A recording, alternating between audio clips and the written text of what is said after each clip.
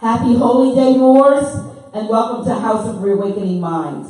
House of Reawakening Minds exists to provide for exploration and practice of spirituality in an enlightened community dedicated to the honoring of the myriad of sacred pathways to the universal creator. We are a holistic center for spiritual grounding, free thought, self-discovery, and Moorish science. An awakening experience for all ages. Tonight we are pleased, as always, to have with us our National Grand Sheikh, Taj Tarik Bey. Let's receive him. I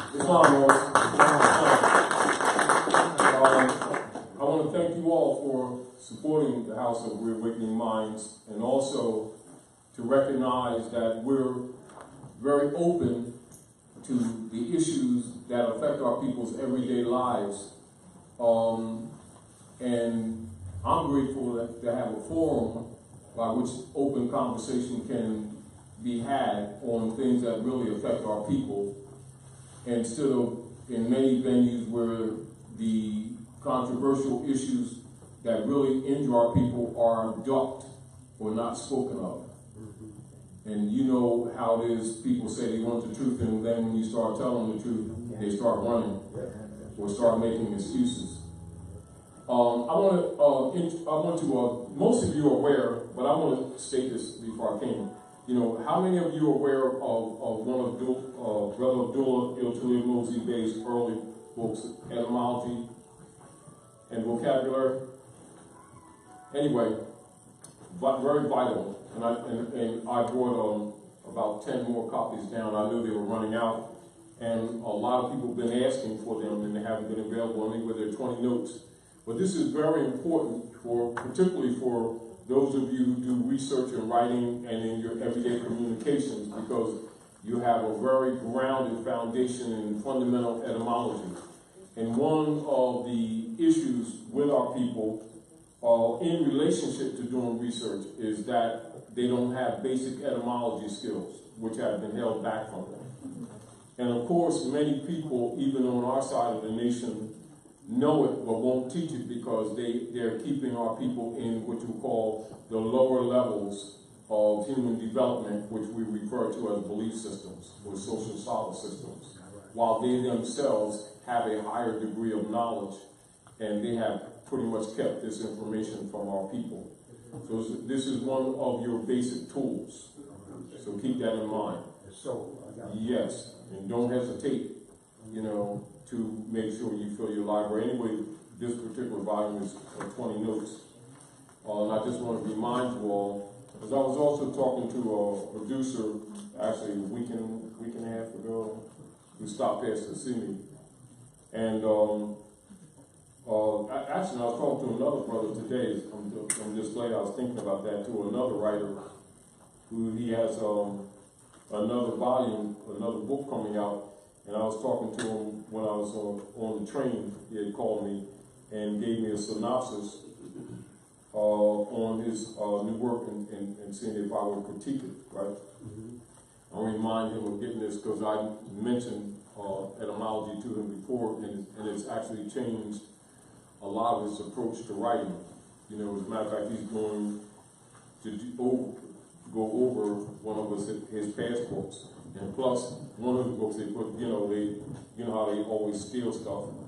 And you've seen some of his outtakes in some of the movies. It was, you know, I told him you should expect that. Tavistock Institute, you know, they control all the patent office and stuff like that, the copyright office. Now, the other deal I wanted to mention before we get into subject is the issue of the certificates, good brother. The certificates. It's only process. Now, and as we said to people before, in the order of the Great Seal, to mainly protect the order from less than honorable people, are we clear? Yeah. The process was in place, whereas you would make application and send it to the Library of Congress, a cover sheet, send it to the Library of Congress, and it would be received by us, or like in due process years ago, the Emir of Land of Nod or New York territory was Raleigh. And I was elected Emir of a sector of the territory, which is New Jersey and the Lenape area, part of Pennsylvania, you know. And then we would deliver to you Clocks of Destiny 1 and 2. That was processed only for protection. The Library of Congress doesn't afford that to you. They send you the certificates, and then that verifies your application for them. Are we clear? And then we deliver to you. You don't send these to the Library of Congress that way. It was only a cover sheet for application for the certificates. Are we clear? Now, years ago, it was only 12 notes. You know, and now I think about 125, something like that. No, those are 320. I did a double seal. I did a double seal on that. So it was 320. 220 now? No, there's a local, there's two parts. There's a local one and an international one. The international one is double seal, and the local one is just one seal. Yeah. So the price is 125 and the other is 320. Yeah. Well, the deal is that was not the original process, is what I'm letting you know. Yeah. Oh, clear. Okay. All right. And the idea, now what has happened is over the period of time, you have brothers and sisters who were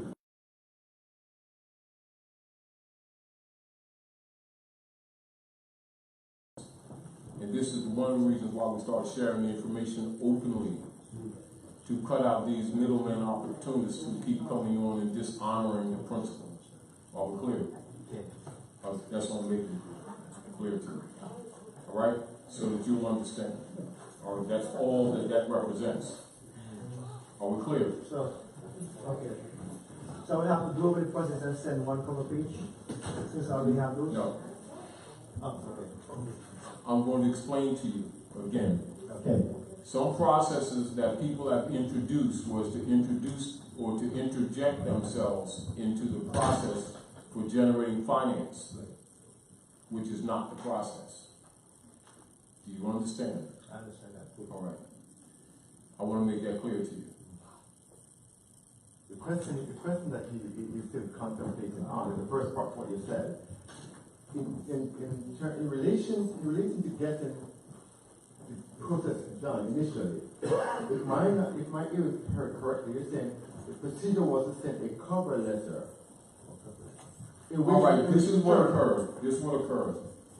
When one would be introduced in the Order of the Great Seal as a candidate, like say if you're conscious, and like say you going through the temples, you know, say you've gone through the Nation of Islam, which was a break off from the temple, right?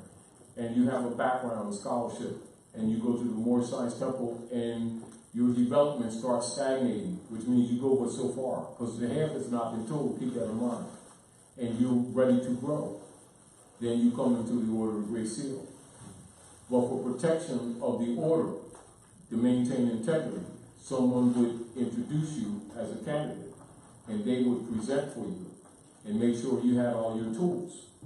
You would do what's called a bio, and a bio would be a general self-autobiography of the statement of your development.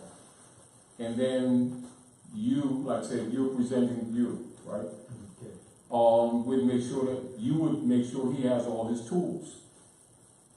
You would be issued questionnaires, and those questions would be in blocks of 25, and then you get a total altogether maybe 200 some odd questions, open book, for you to develop.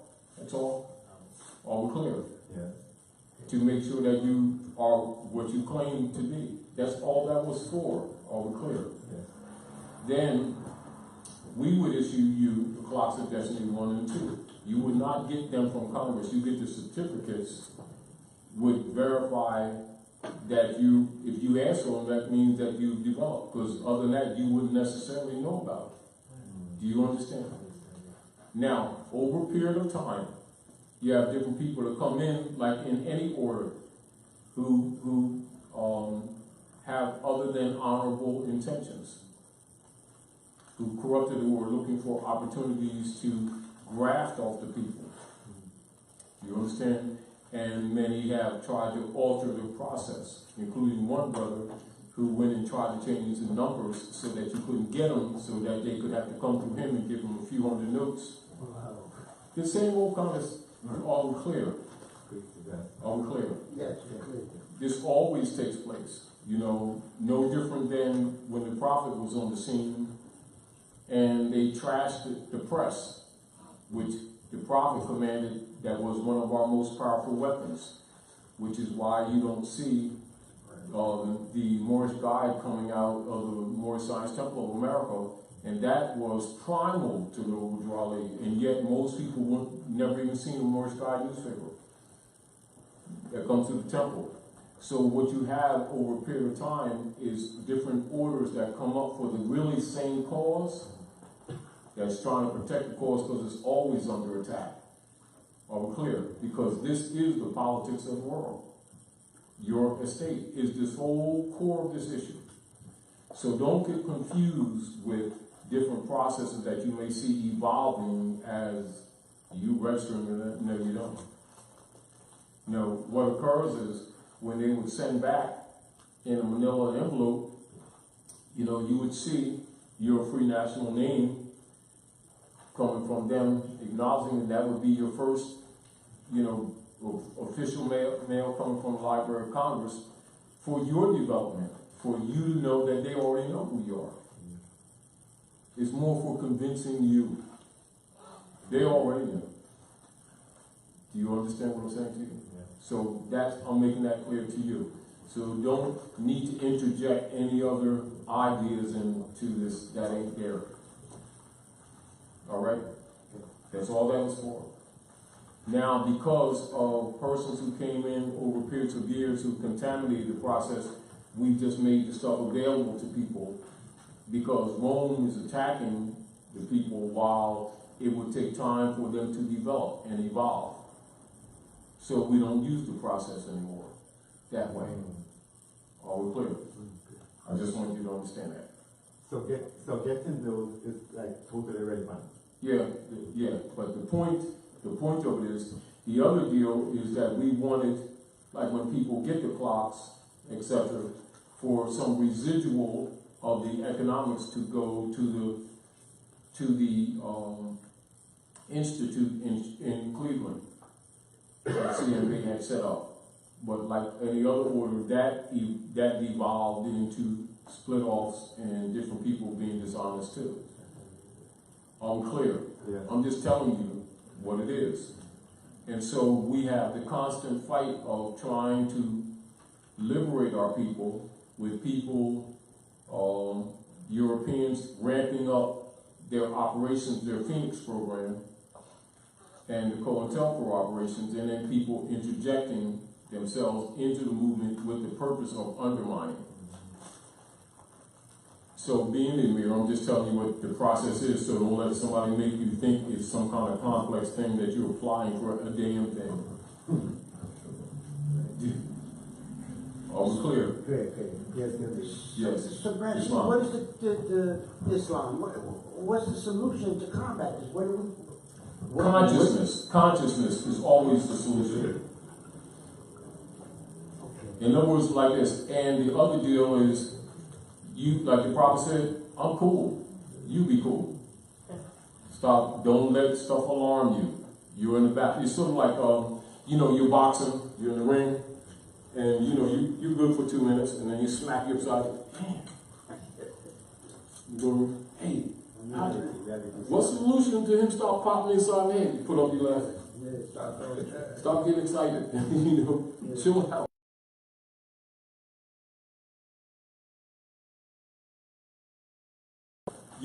It's also this thing where our people being beat in, the pain that we get, like, why are they doing this?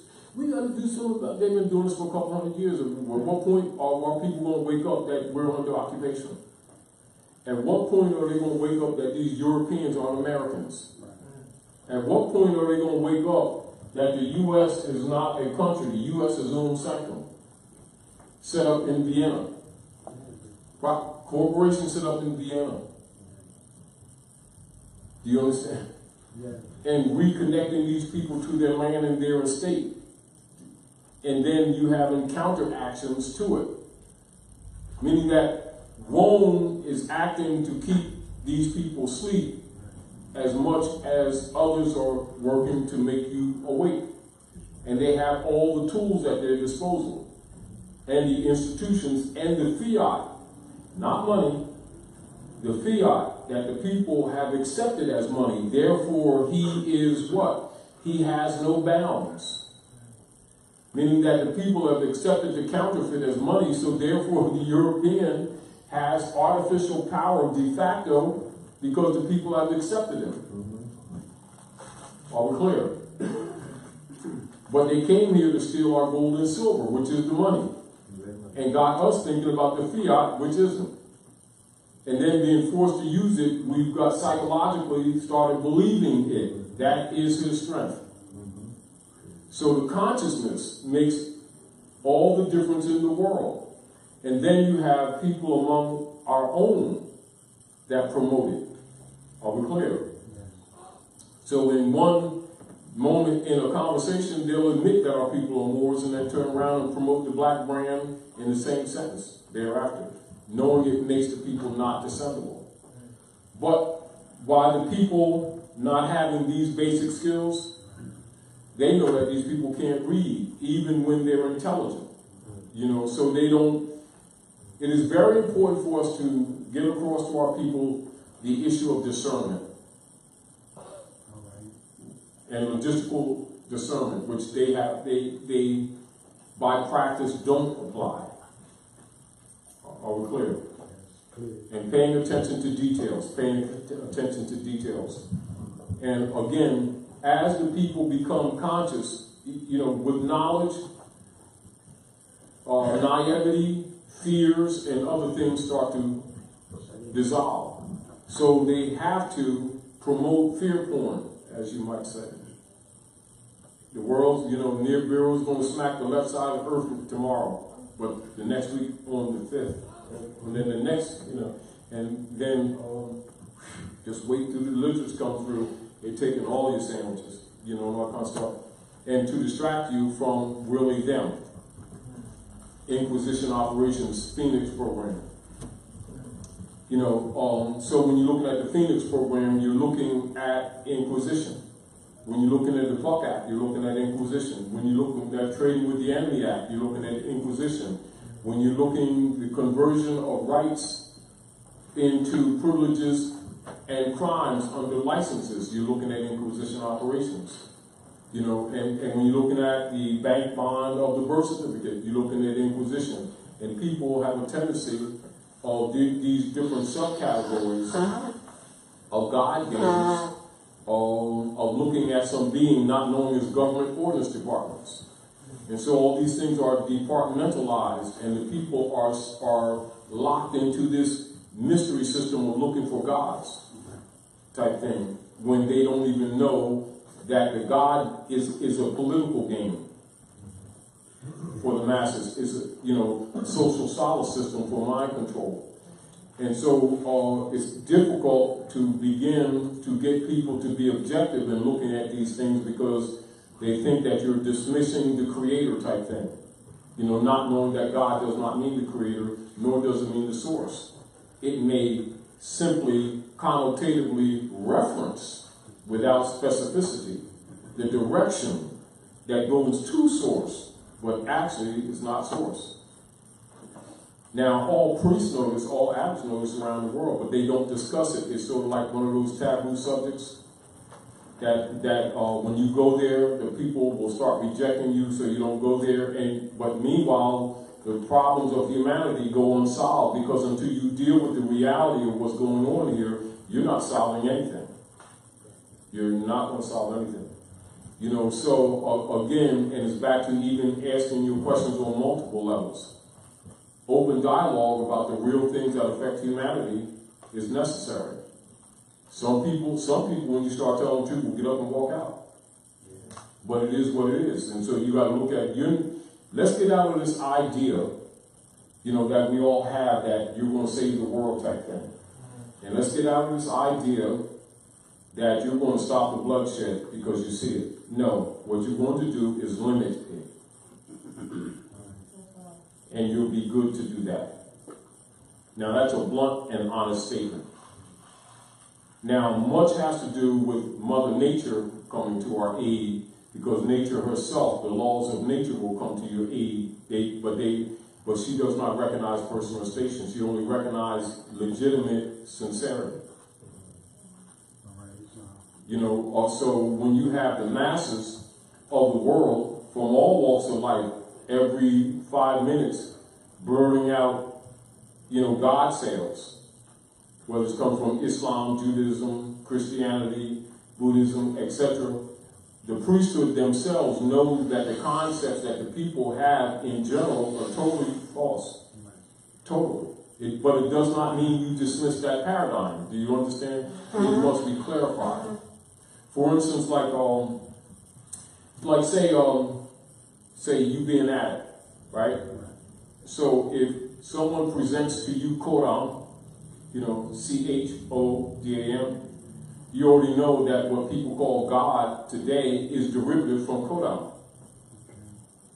But HORAM is just a general term dealing with higher knowledge and the collective unity of the human spirit, not a being in the sense that people take it. Do you understand what I'm saying? But if they would give the people the background, then that would spoil the monetary gain of the priesthood of all the orders that they've been robbing the people in the name of gods. When God is contemporary, it is not ancient. Do you understand?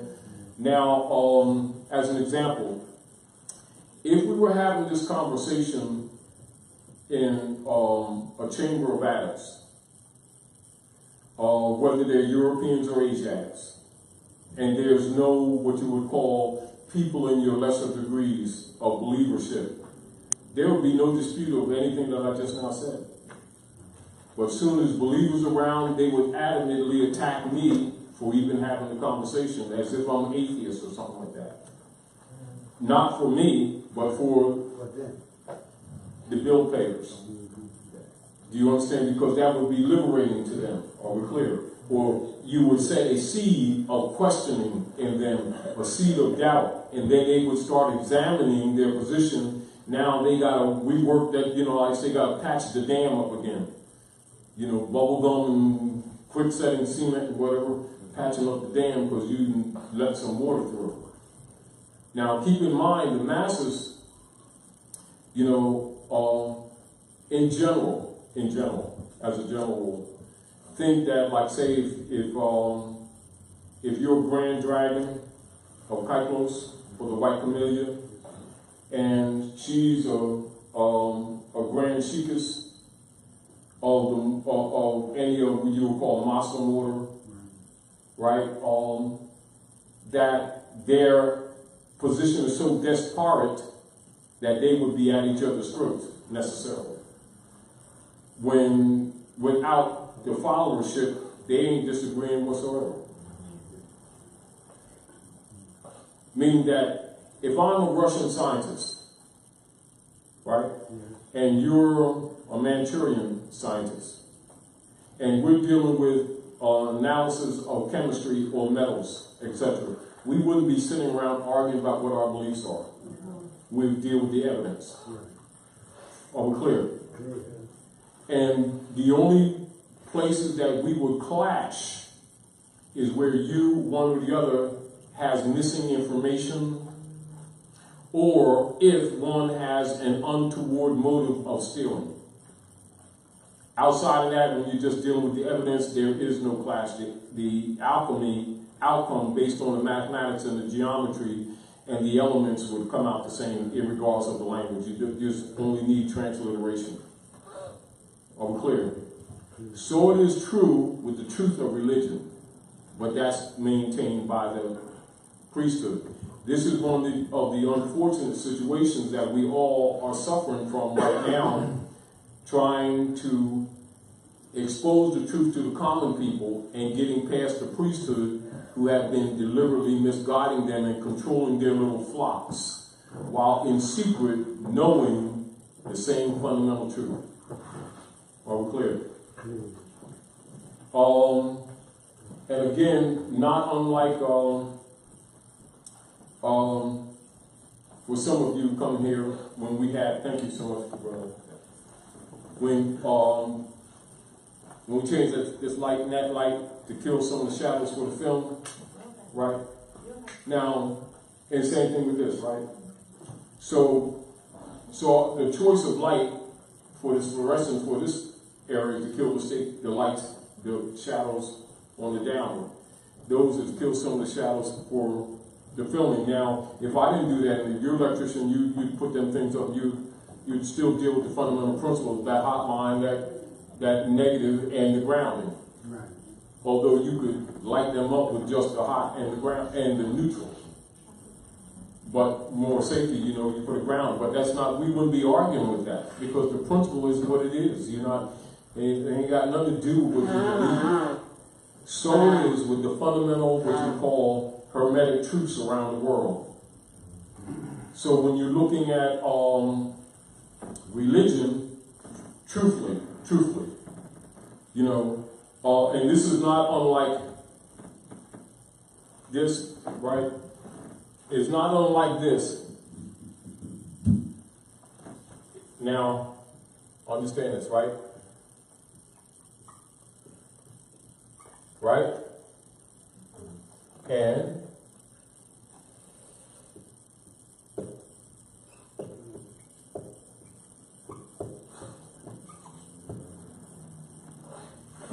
right?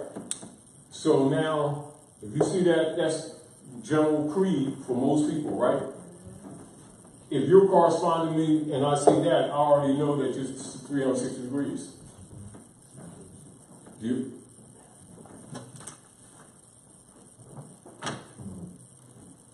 you understand what I'm saying to you? Yeah. Now, and then if you're dealing with a grand dragon of the Ku Klux Klan, he has a chloram.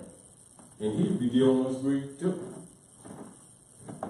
Although your political agendas may be different, the truth is what it is.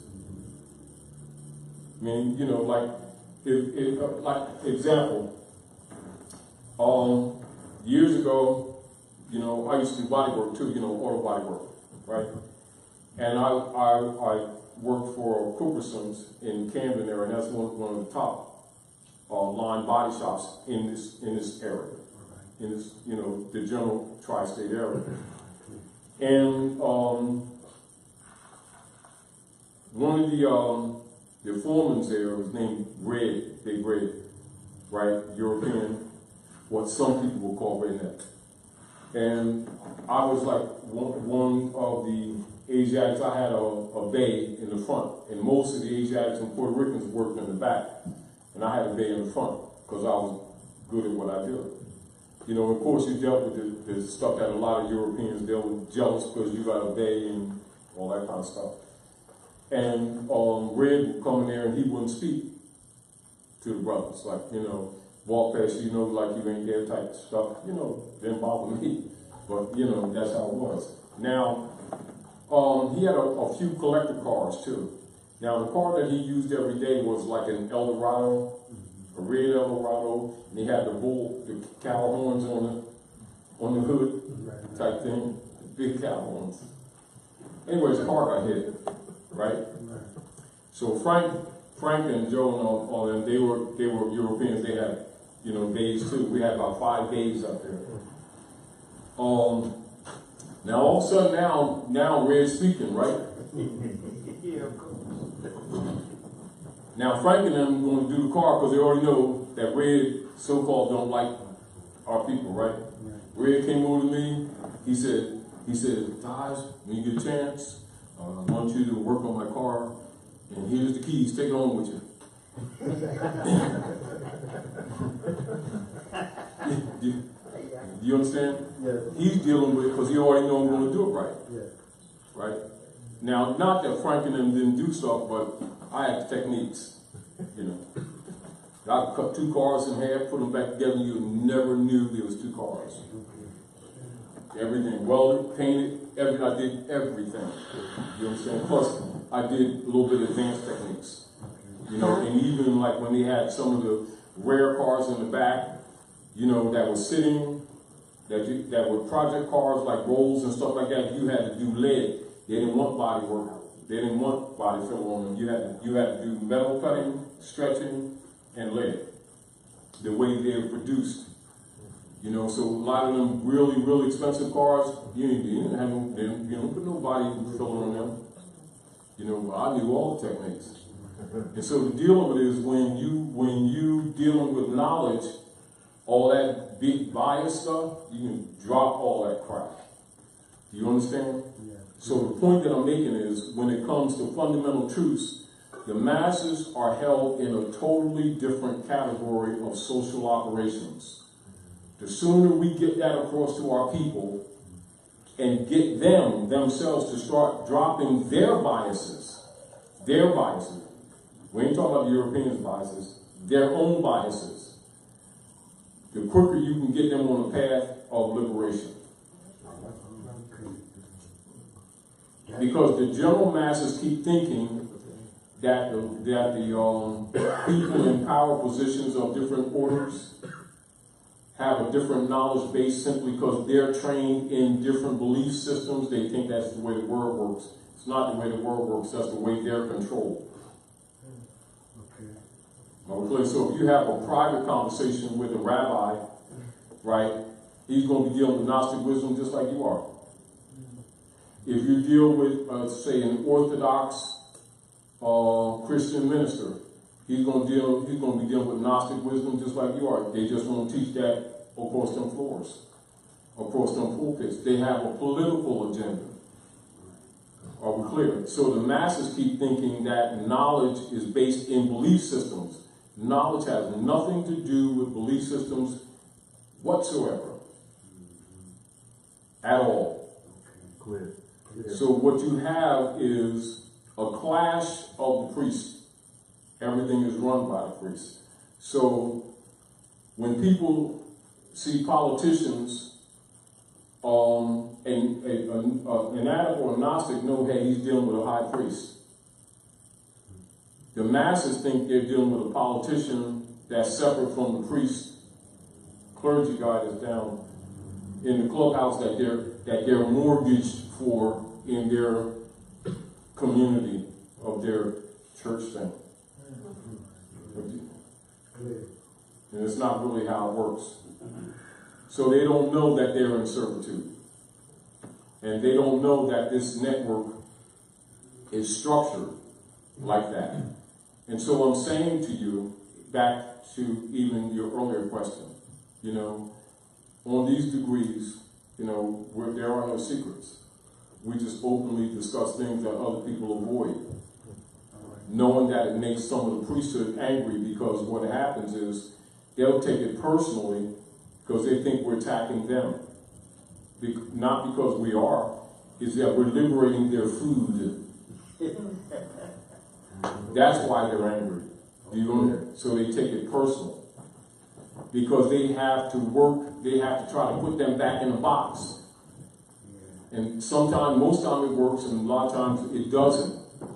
Because once you can get people to just start thinking again, and you give them not another belief in place of another belief, but actually start giving them foundational, what you would call logistical and etymological reference information. It takes them to the root of truths that have been hid from them, and if they get brave enough to start using the tools, they will start liberating themselves. Are we clear? Clear.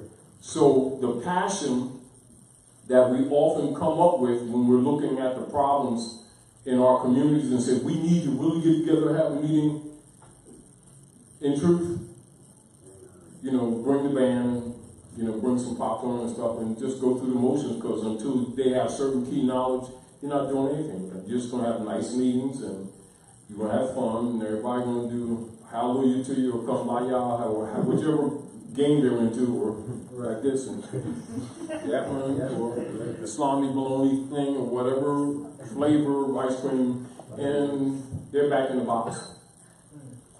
What concerns a lot of the politicians, the high priests of the world, is this man that came along, Noble Ali. He spoiled the soup. Because he pulled the wool off of all secret societies. And a lot of people don't recognize it immediately. And some recognize it somewhat, but a lot of people even still take him wrong. If you know, or even see certain keys that he put out and start looking at etymological presentments and saying, well, he said this and therefore, you know, and I understand. But if they didn't have certain background, they didn't get it. But if they did have certain background, they would recognize, he already told you. He already told you. He never held back. He said, the half has not been told. If I told you everything, you would go back to sleep. He said, I want active Moors, not passive Moors. So he ain't denying your pedigree or your birthright. He's talking about state of mind. And he said, if I could just get you all thinking again, you'd save yourselves. You know, and it's when you understand this, then you understand this. If you don't understand that, you think it's a different program. Right. Oh, clear. Now, You just got to get them past yes. the And fear, then, because when you drop it on them, they ask for the truth, like you say, but when you drop it on them, they back it up. they're trying to hold on to their idol God systems, not knowing that they're in a social solace system simply because they're introduced to some things where they are. Not knowing that the operation is to take them to higher planes of life. Or what you say, helping to evolve them so that they can begin to recognize the dimensions of things. To multiple levels of seeing at once. That is often not recognized until they get a Gnostic background. But because they're locked into SSS systems, it's very often difficult to get them liberated enough to see beyond surface. And so a lot of them drop off before you take them any more degrees. But meanwhile, those who have been living off of them will immediately attack because they don't want that to happen, because they live off their virtues, including people having turbans and fezzes on. Are we clear? You know, so those with turbans and fezzes will more often say the European, but they will call him sovereign in order to protect the comeback, or what's called the loop. See, so the European knows, you know how you say, you want to look like you're telling on somebody, or looking like you're against the system. So they'll have someone that's of Asiatic origin doing the race argument, like they're helping our people. So they'll call the European white man, so the European's not offended because he already knows that that man just called him sovereign. So he's telling the European that I'm not threatening you, but I'm pacifying the sheep. Clear. Because the European knows that he's not white man. That the sheep are actually the white people. Clear. Do you understand? Clear. So they'll never explain this, distinguished from this, not separate, but distinguished from the refinement. Now, so a Frenchman schooled Il Malik on a little bit of this, and so they murdered Malcolm. I know Europeans, although CIA did do it, you know, they set up some brothers to help them do it. That's why all the guards and stuff had to have a day off. Types, you know, that's the whole story about Malcolm, the part that they don't talk about. But those who know really what's up know exactly what it's about. You know, and they'll never put that in a movie. Do you understand what I'm saying to you? But yet all the leaders, and I repeat, all of the leaders who were not totally ready, wanting for our people to be liberated, jumped on the bandwagon of assassinating Malcolm's character. That's how you could tell who's who. And those who weren't either stepped back or said nothing, would not join on that bandwagon because they knew it was up. Are we clear? Clear. Because half of them had nationality cards, including Elijah Poole Bay, called Honorable Elijah Muhammad. You know what I mean? So, you know, that same principle applies around the world in the political realm, where the masses in the believer degree have been actually held down and don't know they've been held down. Are we clear? Clear. While people in power positions have been actually sucking off of them for generations. So how do you begin to liberate them if they're not willing to give up the idol God system? Liberation is close to impossible. They will just simply be sacrificed. Do you understand what I'm saying? And you cannot sit around and worry about them. Your mind should be on the generations to come to give them a chance. Because the capacity for comprehending this is available to a child. So adults that pretend they don't get this or don't understand, don't argue with them. You know, knock the dust off your heels and keep it moving. But if you want to share the information, be true, be pure with it. Don't play games with them. Don't give them loaded ankles. Just tell the truth, tell them what it is. You know, and do the best you can to give them reference point that they themselves can become the truth that they know. And again, that's answering the question too. But the other deal is don't let the alarm and the emotion interject, because what it does is shut down the pioneer plan. You know, and what you need to do is activate all of those glandular systems so that they can agree with each other. It's called the balance. Yes, it is. You know, that's why you be cool. You know, and it's sort of like, even like say when you're in the midst of battle, you know, because we're beings in physicality, and so we deal with pain, emotions, and stuff like that. But the champions regather themselves and chill out. You understand? You know, like you come back in the corner and say, look, calm down. Man, but he's hitting me with these jabs and calm down. Get back to basics. Jab. Step to the left. When he steps to you with the right, step over his left. You know? Or step away from his power punch. You know what I mean? You walking into it. Oh. Yeah, all right. Then you start being effective. Just chilling out and getting back to basics. And that's why you have a trainer to remind you. You know, like you're running, right? Right? You say, man, you gotta get out there and practice. You gotta get them muscles together, right? Stretch and all that other stuff. You run down the field. Yeah, you got this.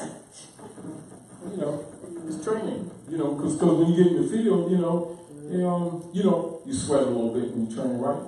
But you gotta take it serious, because when you get in the game, it comes at you.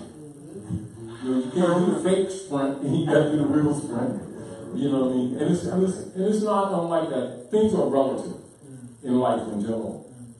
And so the things that people need to know, and this is also, again, you know, when we did the dispeller, is really not in itself an etymological dispensation, but part of it is an etymological dispensation on God. This is only to kill the mystery about what God, the word means, its origin, its timing, etc. It's not offensive, it's not to attack, it's just to demonstrate that people's concepts are incorrect. And they can take it or they can leave it. But they've been told. Now, if you want to be liberated, you got to start dealing with what things are, not what you've been trained, I say it just like that, to believe that things are. You know, the other unfortunate thing that we have is by the dark priesthood recognizing that the people are waking up, they're ramping up their attacks. Don't confuse them ramping their attack up with you failing. They're ramping up their attack because you're having effect. Oh, they put up more barbed wire. It's because maybe you was jumping over the fence. You know, they're doubling up the gates. Locks on the gates. Because you didn't figure it out, you didn't get that. You know, and that's basically what it is.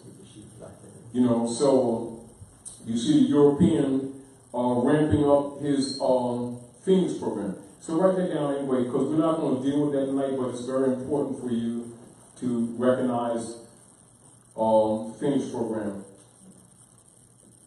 Now, just as a short notice to you, the Phoenix program is a cover operations of the Jesuit order through the CIA, which is part of the Jesuit order, in case you all didn't know that. They initiated it basically, you know, around the Korean War, and particularly in Laos and Cambodia during the Vietnam War. And this is where they do the vetting, where they come with programs as if they're trying to help you. And so they befriend you, and they embrace your cares, right? And then they just devour you.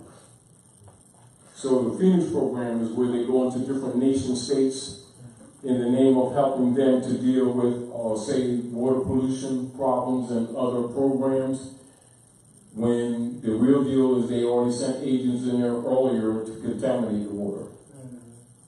Then they get embedded in you, and then they start doing covert activities of war. Then they also do what you call projection, and they'll pay someone who's not as friendly to do things to you, to start you warring with someone, your neighbor and stuff like that, and they'll even do things in the name of others.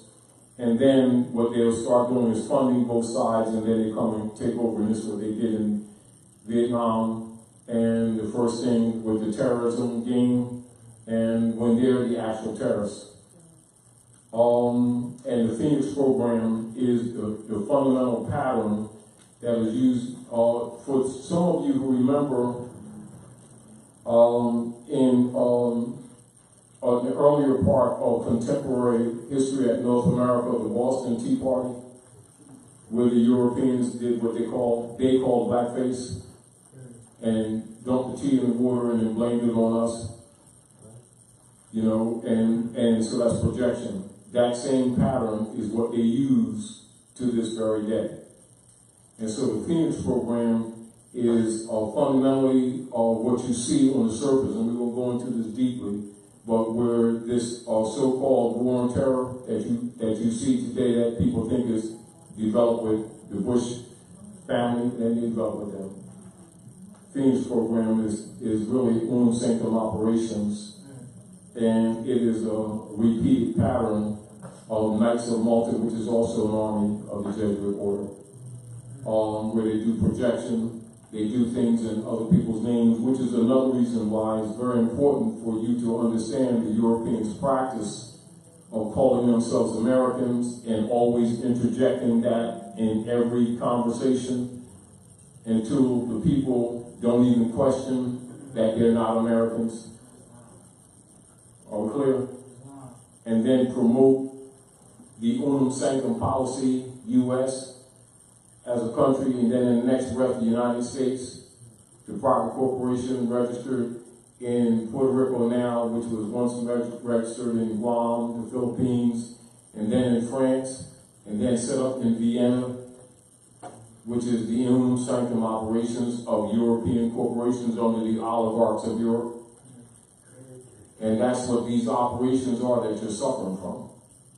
So when our people who don't know the origin of these operations, they get confused because they actually, most of them, except for those of you who are conscious, think that the United States is a country to this very day. Even people that so-called educated.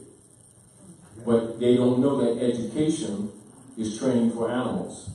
Erudition is for humans. You know, and this is again why they have secret societies to keep those who are in what you call power positions erudite. Go ahead. Give her the mic because I want you on the mic, please. And sing that song that you were singing before, too. Islam worship. I know we was talking yesterday. He was in the background. We was going over the Dar manual, and we was talking about the obverse and reverse of the coin. Obverse and reverse. The Great Seal. Right, the Great Seal and the Phoenix bird. And I think the writer was Raymond Cat. Yes. Something like that. So.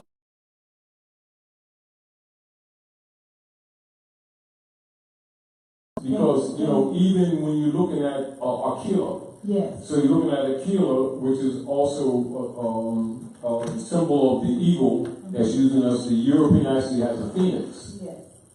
Do you understand? Yeah, I'm with you. Oh, yeah. Yeah. So on the dollar bill, it lets you know that the Phoenix program is in full effect. Oh, yes. Okay. Yes, and Phoenix program is Unam Sanctam. Okay. And this is again where generations pass and they change the names or layer existing programs and people think that they're different. You know, like as an example, the average person, if you bring out the driver's license, it wouldn't dawn on them that that's Phoenix program. And that Phoenix program is Unam Sanctam. And the War Powers Act, and the Buck Act, and the Negro Act, and the Christian Black Codes. You see what I'm saying? And if you present to them any of these social entity operations, the concept of most of them is that this is some kind of new action legislated by Congress that they got to vote on or that they got to argue about. And they're just introducing to you another facet of the crystal shard of Unam Sanctam. You know, Islam is amazing. When we were at the Library of Congress on Saturday, great event, you know, I always stray away a little bit. Yeah. But in there's a lot of keys to, it talks about our liberation. And one of the things I noticed in the corridor, it kept pointing back to us being our own liberation. You are. Right. So it was amazing how they were depicting that on the ceilings to show that we are the beginning and we are the end to our own liberation. Yes. And it also showed how in between they were going to cause all the confusion by changing it from science. Law being the balance, but it will change from science to religion. And we must go back to science. Yes, because really religion, now this is, and even those semantics, right? Mm-hmm. Absolutely. When, now, actually, like religion refers basically in analysis, the Lion King. You know? And so you're dealing with Rex or the ruler ruling. Now, the rule of culture on the earth or religious creed is really law of government, law, order, and governmental principles. And this is back to the semantics and the refinement. The masses have been calling the dogma that they have been breeded in religion. And it isn't religion. And the deal is when people begin to wake up, they start charging religion or dismissing religion, and it's not exactly correct. And the reminder, and this is redundant, and we always do this, but this is still redundant. which is why symbolically, as a reminder to keep you grounded. And people who know, whether it's positive or negative, to keep you in the know or to keep you grounded, you carry that silver coin in your pocket. Or, you know, like they'll have a coin from whatever order, positive or negative, you know, and you carry the coin in your pocket, you know, to remind you what's real, distinguished from what's fake.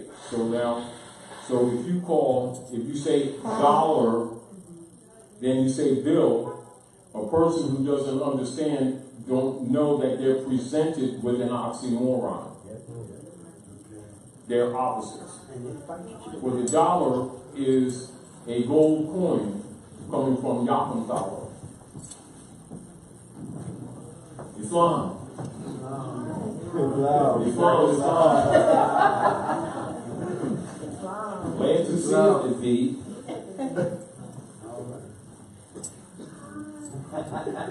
Welcome on, girl. I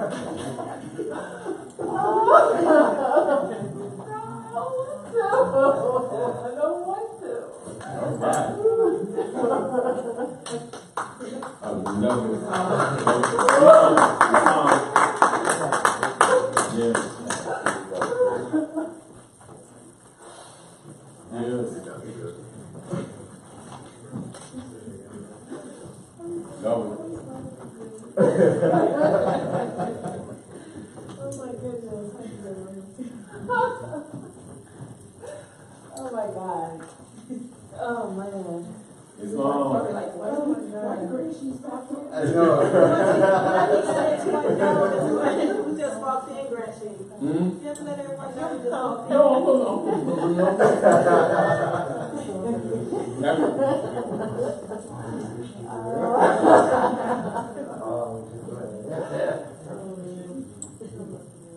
yes.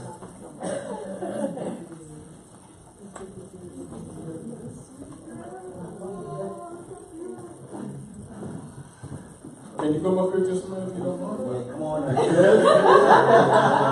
Really, Tom? Islam. Back to the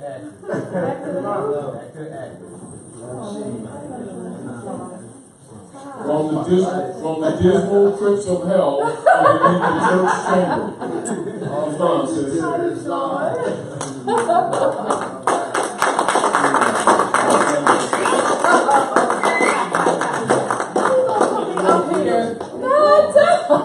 Yes, you do. Come on, don't do this to me, y'all. Well, it's like this. Oh, man. This is real. Because one of the things we're talking about is Unam Sanctam. And people, when the European uses that, they're thinking the political body politic is Unam Sanctam. And that's the code for Unam Sanctam too. Now, the deal of it is our good sister has just been drawn out of the dismal crypts of hell, and you all know what hell is, right?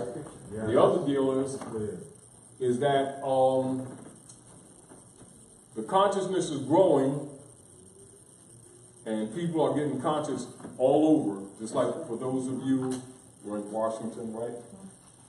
Seeing Europeans and also Chinese sisters, they recognize even if our people didn't, you know. And the real deal of it is, she's under attack because of the effect and the growth of the clear. And whatever you feel like saying, you can just say it. But everybody, you want to say Islam to everybody, and they say Islam to you. Islam. Yes. Let me tell you. Get in the mic. I actually had a dream about this experience. I had a dream that I was going to come to House of Reawakening Minds, and I was going to do a big speech. I didn't want to cry. I don't want to cry. I cried enough for the past 25 days. And the experience that I've had, while it was very traumatic, it strengthened me to a degree that I can't even articulate at this particular moment. I made it through the fire. I'm better off because of it, and the experience has made me so much more stronger, fearless, as well as why it's so important for us to nationalize, for us to be doing the things that we're doing to strengthen our MOORs that are declared as well as undeclared, to not be in fear, and realizing that the fear that is within us is the lack of knowledge. And if we don't stand up, what are we going to do? What are our babies going to do? How many generations are we going to push this along? I know it stops for me. I know this generation is the end for me, no matter what I have to do. No matter how strong I have to be for all of you. And when I'm on Facebook, I usually see my face. So it's difficult. I don't get to see my face and see the Moors saying whatever they're saying, because it strengthens me and it gives me much more zeal. I started doing Facebook Lives not for my, well, Anna Ida L. and Rosemary Bey, they said two things to me. They said, Sharon, they didn't say specifically Sharon, they were saying just in general. They said, record yourself speaking and play it back to yourself. And that's kind of how I started. And then I said, you know what? People need to be able to understand what's going on. And I kind of got it. It took a minute listening to Taj Tarik Bey. Don't get it twisted. I rewound his videos over and over and over and over again. And some videos took weeks to get through because it was so compounded with information. But I did it. And I knew, based on my experience in colonialism, in the corporate venue, I knew that I could bring a level of organization and process that I've learned in those corporate positions to my nation. And for 37 years, I was doing things against myself, and now I can take those skills that I used, that I utilized against us in colonialism, and bring it to our people so we can be strengthened and do the things that we need to do and to build our Moorish empire here at Morocco. So if I say anything, that's kind of the only thing that I really wanted to say.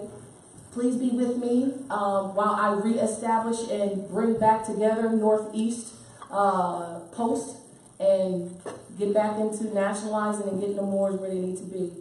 I want to thank her for her resolve. And one of the things that I was projecting to you is that certain communications are necessary, some are not, because they're there. Now, Rome will do what Rome does. Now, keep this in mind. Rome knows that when the women get this, really, we're not talking, yes, that is over. That's why you're attacked. You understand? As a matter of fact, the other deal is, it's not because you're here, I'm just telling the truth, but I mentioned this before. The sincerity with which you came to this information with already propelled you by degrees beyond others who had this information. Right? You know, I'm just pleased that when Rome made their executor attack, that you had the resolve to stand your ground, and I commend you for that. Islam. And great teacher. True. So I just want you to know that we love you. I love you too. And we got your back too. All right. Why are you trying to get me to fight? I mean, okay, Islam family. Who I said it? I mean, Islam heirs. Yes, heirs. Thank you. Thank you. Now, give her a hand, y'all.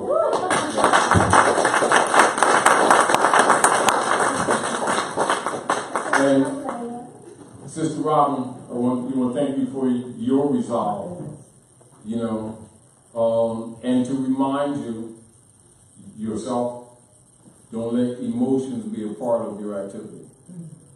You know, they'll use it against you. Just remember that. You know what I mean? And as we were talking earlier, Rome was ramping up because their platform was being dismantled. And even though, like many of you, we talk about when you're seeing the Dog and Pony show, you know, with Donald Trump and with the Klan, you know, still their argument amongst themselves is still over spoils that belong to neither. Do you understand? And while, you know, you look at Donald Trump as good cop compared to the white camellia Keifler's operations, because the Democratic Party is the Ku Klux Klan, for those of you who don't know. And most of our people don't know that they've been funding their own enslavement, and that's connotative. But that's not an upper hand for the Republican Party, which is also not the Republic order. It is just a flip of the coin of the Democratic Party. For both of them, you know, are representative of the, you know, the Knights of Malta operations and the Phoenix program. So again, as we were talking earlier, it's important for people to understand that the Phoenix program is still Inquisition hegemony. And while we hold them to the order or to the obligations of their claim, we know that they're not the legitimate government body. The legitimate government body is the people themselves are pretty much asleep. You know, and basically what you are, you can look at yourself truthfully as the noble displaced from the throne. Partially in dishonor, and partially just you've been overthrown. And their denial of the fundamental truths of order, of government, and of course the dogma systems of the idol god, fake gods, is to keep you in the status that you're in. Now, the deal of it is also, as you begin to evolve in knowledge in relationship to the real politics, that also starts dismantling the system, not just what your different nation states are doing as they have stopped buying, or what you would say funding the U.S. Treasury bonds. And that reflects into what Nixon set up with the so-called reserve currency for the U.S. dollar, or what they call the petrodollar.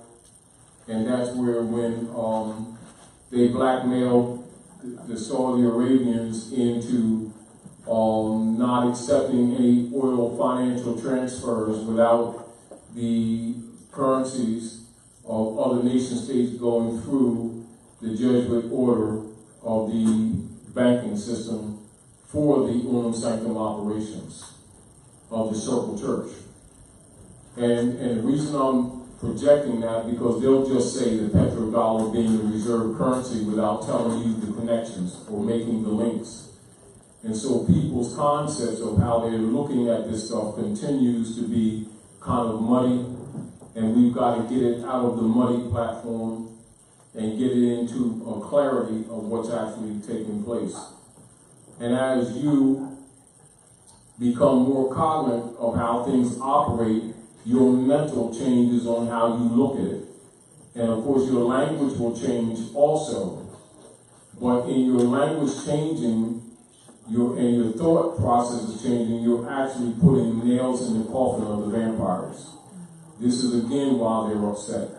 See, because the system of the operations of the Phoenix program requires blind faith.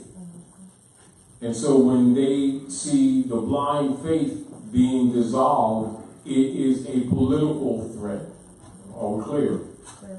And we need to be aware of that so that we can guard ourselves, you know, against that, and also recognize that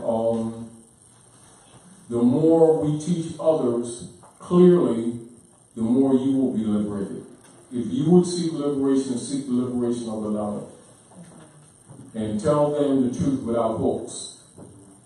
But at the same time, without discouragement, let them know that Rome is here to devour you. The other deal that you recognize, and you know, Sister Sharon, you know what those experiences prove to anybody beyond the shadow of a doubt, family members and others, even though some will still be in denial, that you're not a part of them and they're not a part of you. What do they need to do to prove it to you? What else do they need to do? And this is where people keep thinking that we're the same people with different complexions. That we don't understand. No, you're suffering under occupation. Unam sanctum occupation. Not racism, not prejudice. Unam sanctum operations. And even with the person that they interject among us, among our own, who do the little nasty things to undermine the progress, that's Phoenix program. Phoenix program. And the Phoenix program is connected to Unam Sanctum. Right? So when you're looking at COINTELPRO operations, Phoenix program. And never forget that. Spheres to look at things, seeking out, not seeking source outside themselves, but seeking source inside themselves. And to start dispensing of all of the programming of outside godships. The liberation will come from that point. But again, the difficulty is to get people to for themselves, not for yourself, for themselves, to start dissolving these outside idol god worship systems and stop attaching them to the prophets. You know what I mean? Yes. It's hard. That's hard, Elder. Now, and while it may be hard, this is the other issue. While our people are going through the dynamics of adjusting to the different things that they're starting to learn, the Europeans are ramping up their Phoenix program genocide operations. So we don't have the luxury of being lazy with this information. That's the other deal. Where a lot of people in their heart, and this is the other deal, Sharon, this is what you're going to discover, and it's an uncomfortable thing. You're going to discover people's reaction to these things. They will show through their actions who their God really is, and their God is Rome. They don't fear Jesus. They don't fear Allah. They don't fear no Moses, Muhammad, and Buddha. They fear that European. He's their God. They won't breathe. They will deny family members for Rome. They will sell the children out for Rome. And in the next breath start talking about Jesus. Now the fact is that everybody really knows this about us. What we have to do is learn this about ourselves and decide, are we really going to clean this mess up, or are we going to let it continue? You know what I mean? And it's back to the issue what we talked about earlier.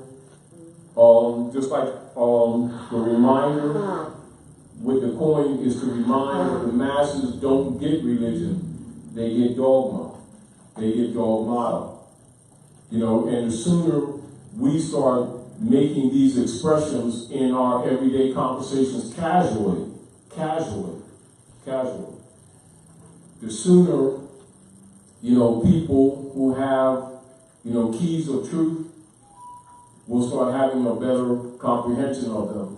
Just like, when we're looking at, crescent and the star and the sextant, the rudder and the sextant, the cross, etc., we won't reject them, but we'll know that they are tools. They're not symbols in the sense that people keep taking them as symbolic. They're not religious symbols. They're science symbols. They're science tools. Let's put it that way. Not religious symbols. They're science symbols. And then also, as we begin to express the Gnostic wisdom behind these things, we'll be liberating a lot of our brothers and sisters that belong to secret societies who've actually been hoodwinked and actually think they've been liberated. So like the prophet said, we're going to have to reteach a lot of you brothers from the East whose concepts of what they think Islam is. And because they've been funded by Rome, they have the power institutional powers behind them, but these institutions will collapse. And as they collapse, you gotta be prepared to take the reins of responsibility.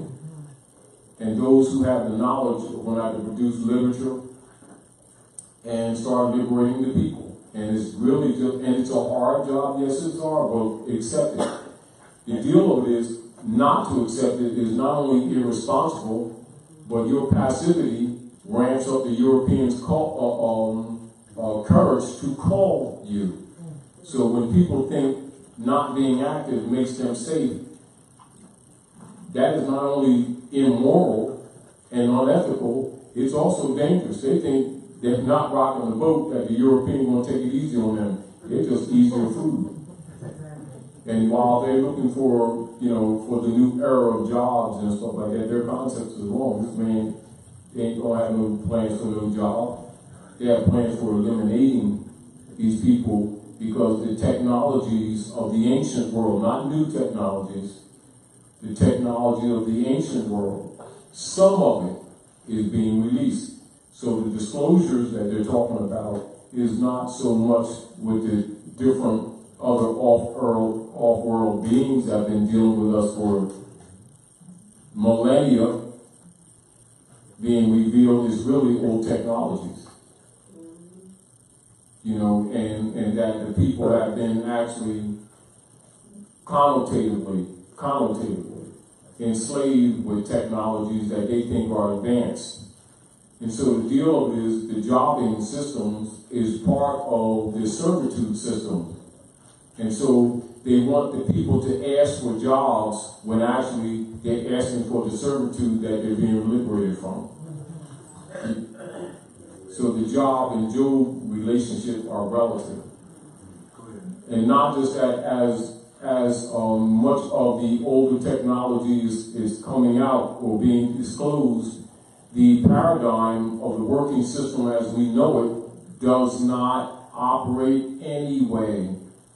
So they're looking to eliminate the so-called workhorses, the donkeys, to make glue out of them.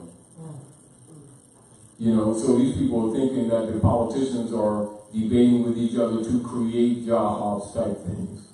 Their concept about this whole thing about job is incorrect, altogether incorrect. So the paradigm leap for humanity is going to be what's called somewhat discomforting at first, but even after they jump up, or say make a few degrees leap, and they start settling in, they're going to be jumped another few degrees that's going to be totally and dimensionally not what they think anything is.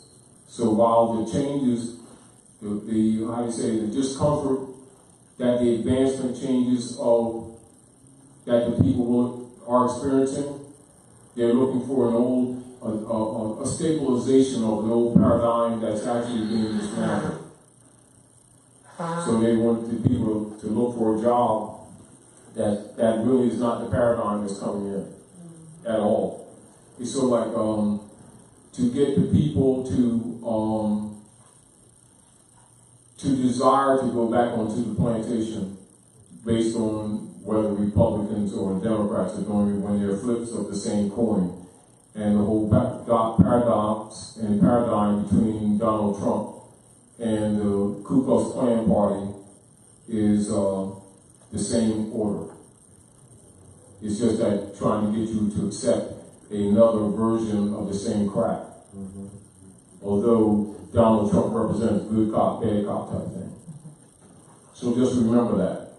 And again, redundantly, the battle that they're having is for the spoils of the Moroccan Empire that don't belong to neither one of them.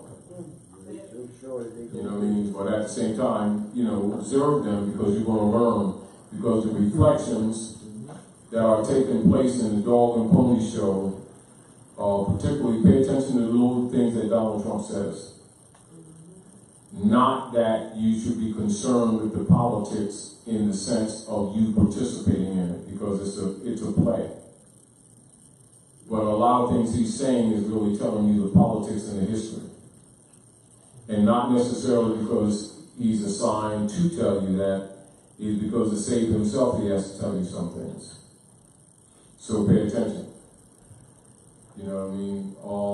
And what you see reflected in that show is reflected in the Moorish movement. It is totally parallel. Totally parallel. But the deal is that they're still trying to claim your estate. Are we clear? They're still trying to claim your estate.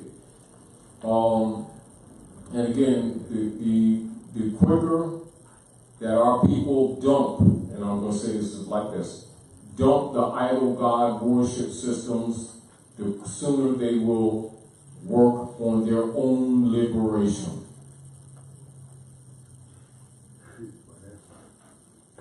And it doesn't mean that you're not having respect for the divine source, but you've been disconnected from source. So don't get the idea that the idol god worship systems is directing you to source. They are not. And they weren't designed to. They were designed to keep you disconnected from source, which is the major reason why we have not had progress in our communities. Because we've been burning our energy on idol god systems, attributing them to the prophets that have nothing to do with them. The prophets are used for fronts by the dark priesthood for mind control principles and systems to rob the people. The prophets in general were social reformers and did not promote dogmatism religions. Most of them were fighting people who promoted dogma in the name of religion, because those were the enemies and are the enemies of humanity, always have been. And so this is again why they do not tell the truth to the people of the origin of the word God and its relationship to humans, to disconnect you from source. You know,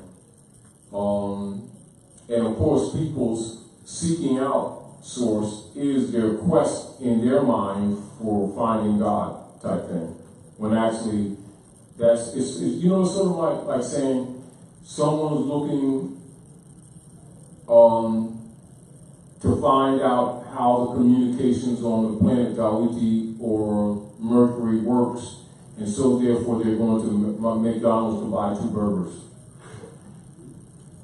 And that's kind of what's happening with the people in their quest for gods. And it is actually that juvenile. However, that's not to condemn people for trying to be moral and ethical, or seeking what they would call spirituality.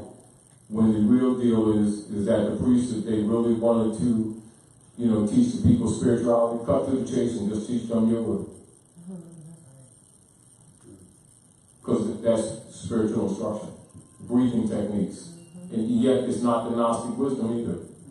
It's just breathing techniques. And then the Gnostic wisdom is the knowledge that they call religion. And then the cosmology to go with it. And then they would stop lying to the people, telling them that the cross, the crescent, and the star, and the hex alpha are just symbols. They're not symbols, they're tools. They're measuring tools. They're measuring tools for what you would call the inner and the outer radii. And so not that they're all circular, of the planets, etc., their paths, their energies, their cause and effect, dealing with current or electrical current, etc., where you get the term currency, and even the movement of water. Current and currency is not money. Although you deal with the movements of the moon and recognize the currents on the earth relative to the water and the blood flow. But of course, now you're getting scientific. So instead of telling the people the truth, they keep this stuff anthropomorphic and keep them in a child state of mind, and they draw off of that, and that's where you get your belief systems for children that they teach to adults, and then they call that religion. And so the world is pretty much set in darkness, for they don't know that these things are tools. And again, they need that blind faith for the priesthood to maintain their power and mystery systems over the people. When you're able to overcome that, then you're ready to go up either side of the great seal. You understand? And then that's why you have at the top of it the eye. Now you're able to see all that is below. Are we clear? But also down in the center and see the foundation, or have a comprehension of the foundation of things. And this is again why the Great Seal is the symbol, or you call the symbol, or we'll say the tool of the Moorish nation, or the insignia of the Moorish nation. You know, and of course, those who conquer you don't want you to start thinking like that. Because when you start thinking like that, you start shedding the idol God systems, and just the shedding of it alone takes the weight off your shoulders. Then Mother Nature herself starts coming and then starts teaching you, particularly in Rome. You know, and there's your process of your first levels of liberation. Then those who knew these things all the time, and others who know and have oaths may come out and start just talking, rather than feeling that if they talk or if they start exposing this information, that Rome's coming after them and he ain't got your back. See? So when Drawley says, you know, accept not a stranger before thy own blood, what you'll find that our people keep accepting the stranger before their own blood. And so it makes people who know the truth hesitant to tell the truth, because their own will betray them for Rome, who is really their God. And so when you're talking about, you know, when you're talking about Septuagintas, and the books of the sun, and so when they're saying holy books, they're saying books of the sun. This is what you must remember. So whenever you hear the word holy, which comes from Sanskrit or Hali, you're talking the sun. And so you're talking transits of the sun, the eclipses of the sun, the equinoxes of the sun, the relationship of the sun in its relationship to the other planets, and their relationship to you in their energies projected, the elements contained therein, the building elements that your bodies are built with, the dimensions that are manifest in the conversions of one with the other, etc. That together with the philosophies and the travels of man comprises religion. That's it. It's that simple. Don't make it complex.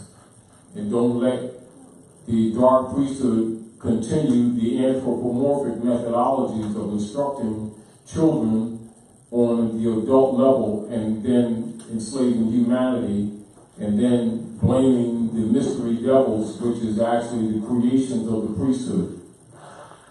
And then spooking you up when you start discovering their lies by telling you the lizards are coming to take your peanut butter sandwiches. And, you know, and then the shapeshifters and stuff like that. And you notice every time they talk about the off-world entities, they always give you sketches. But they had a conversation with them last week.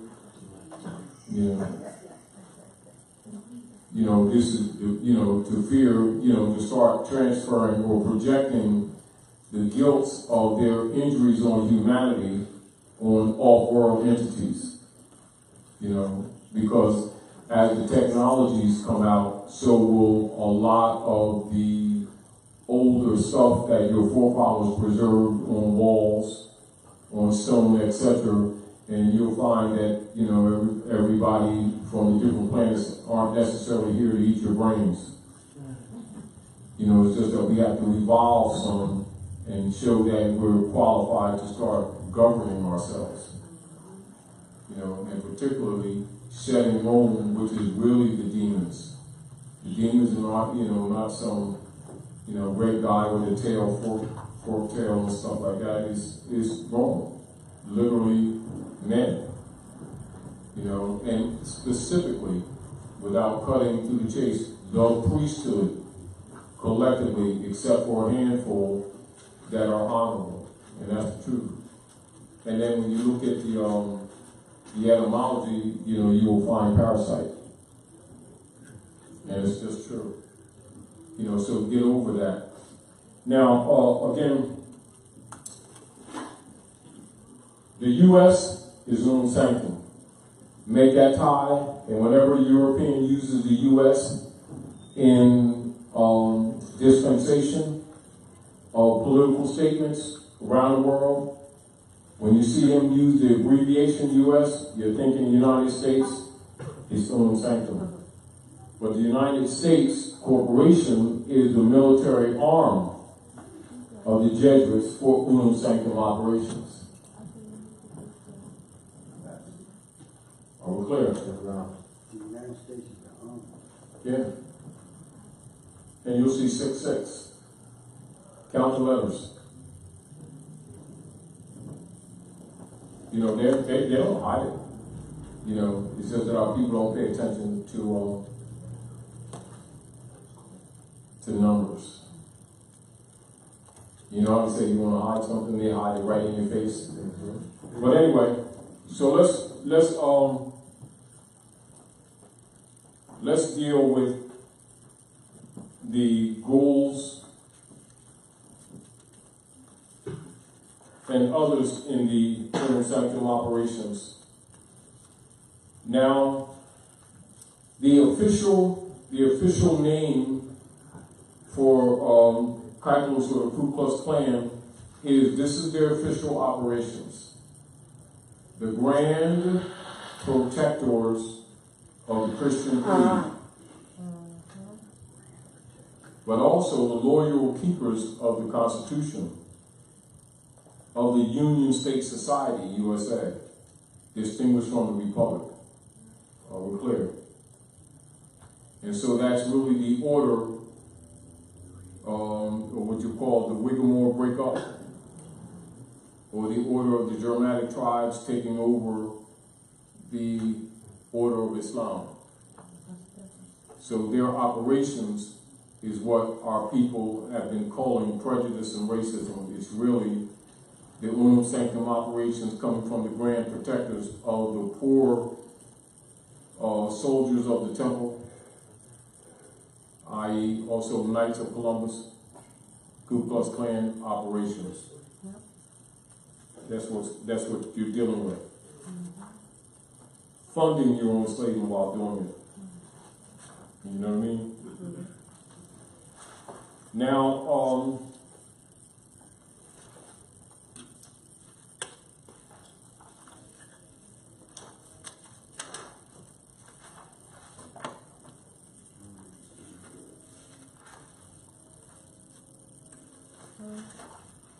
can I have a off get the mic. I subject want you question? to the mic. Yeah. This question is a little off topic, but in one of our questionnaire, he refers to when was the head of state taken off? 1453 Byzantine. By the time right by Muhammad. Can you just elaborate further on what happened around that time? Now you're talking about actually like when you're coming from the Crusades on, you're dealing with the Punic Wars. Now Punic actually means Phoenicians. The Punic Wars up until when you're looking at Hasdrubal and Hannibal Barca Bay, and his assignment from Aunt Hagar, who ruled in Central America. And then you're looking at Hammurabi's Code of Law. Then you're looking at the Battle of Tours near Poitiers, France, 732, with Charlemagne and the hammer. Then you're coming up to in between and up to Battle Lake, Michigan, the Bottom Ram, etc. Then you're dealing with the reconstructed history where the Europeans are writing themselves in and writing you out of history. And all of that would be connected. All of that would be connected. So usually when they'll give you a certain title or a subtitle of something, understand that it's multifaceted. Never look at one facet of what they're doing. Like they'll give you one issue as an example with the Charles the Hammer, and the concept will be just near Poitiers-France, and you don't think about Hammurabi's Code and Keipo's operations and the White Camellia. Look at them all the time in layers. Also look at things in Trinity. Like they'll give you the duality of thinking or things to choose one or the other, like they'll do like the Democratic Party and Republican Party game that they play with you. Always think third angle and the rejection of both of them, as opposed to choosing one or the other. And this is another way that they do in psychological warfare to control the narrative.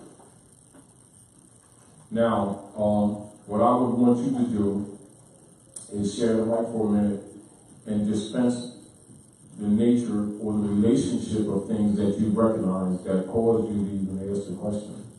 And you will answer something. Come on. I want you. Yeah. Now, what were you thinking? Go ahead. Well, it actually just, we have, with the tribe, we have Sunday school, and we always go over one-on-one questionnaires. One of the questions that I always now, wonder. What do you know about Muhammad? Get in the mic. What do you know about Muhammad? Not enough to give you a And what do you know about 1453? And what do you know about Sophia? No. Now, Sophia is a mosque. And it's on the border. It's on the border of where? Asia and Europe. Right?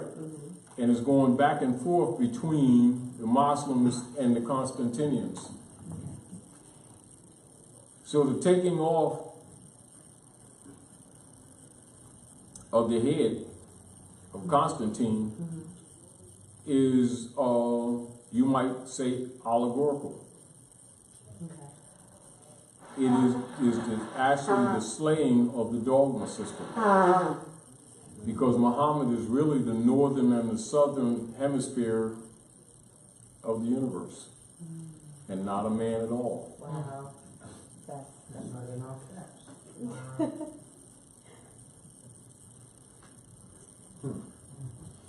And Constantine is the order of Christ and Mary. The psychological system for world conquest, disguised as Christianity. So when he takes the head off, that means Adul. Adul, A-D-L, justice. Or you see the two-edged sword. So Jesus means justice. Do you see how the connection? So now, once you understand that the taking of the head of Constantine is taking the head off of this lizard, this false analogy, this false concept, this whole dynamics of mind control, and not a being. Islam. Now, keep in mind that the anthropomorphic is the personalities. So for the masses, Muhammad comes to complete the cycle of the works of Yeshua, of Jesus. So you talk about cycle ages, right? And you're actually talking about eras of development of the human form and our evolutionary scale into different planes of life and dimensions, and really not living men at all. But for the masses, for the children, they are living men for the moment. Are we clear? but you're actually talking the dynamics of human evolution and development. Because who you are today is who your forefathers were, and vice versa. And you're recycling for learning. And so you're decapitating eras of time, or what you call cycle ages. And so Muhammad takes Constantine's head off, 1453, Byzantine. And so you're dealing with the battles of Asia and the Constantinians. So you now, when you're looking at the Temple Mount, you're looking at the dogmatic and terse misrepresentation of Israel today, with covering up the history of Canaan, which is Palestine, and the attacks against the Palestinians. You know what the attacks against the Palestinians are? You. Attacks against you. So when you see the Khazarians, that's these Europeans claiming to be Jews and are not Jews, you'll suffer. The same thing that they're doing there, they're doing to you right now. And that's the reality. And so, 1453, Byzantine. So the Byzantinian cycle. What you're dealing with is another Ira cycle, and it's called Clocks of Destiny.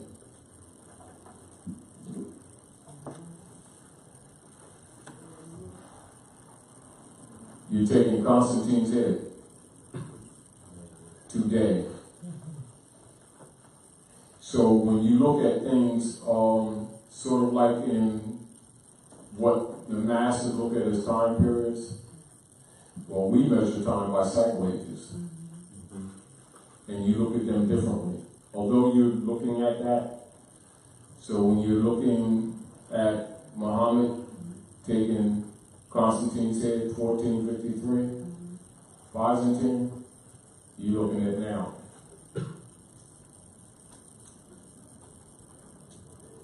Now we're coming for his tail.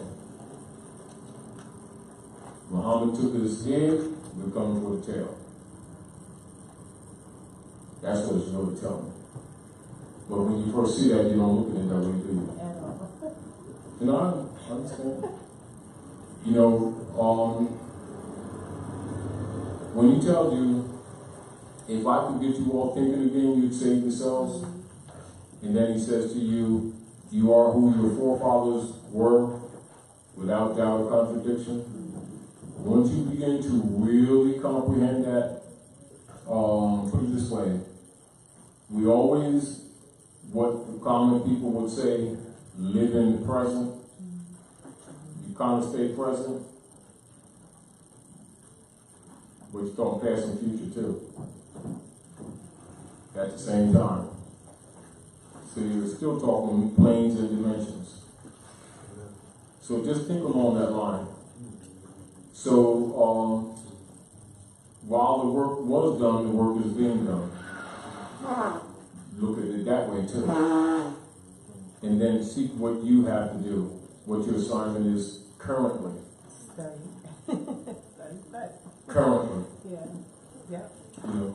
But again, on the surface, from a historical surface, just go look at Sophia, the mosque, and look at the history and the transfers between the Muslims and the Christians, and the borderline between Istanbul, in Turkey. Oh, okay. Yeah, and then you'll understand some of the politics now in that era, and you'll also understand why the Europeans are attacking Syria right now. Why? Because now you would go back to Persia and the Persian Empire. See, so it's actually telling you multiple things at the same time. Mm-hmm. And so another way they're telling you the story in that old movie that a few years back, 300.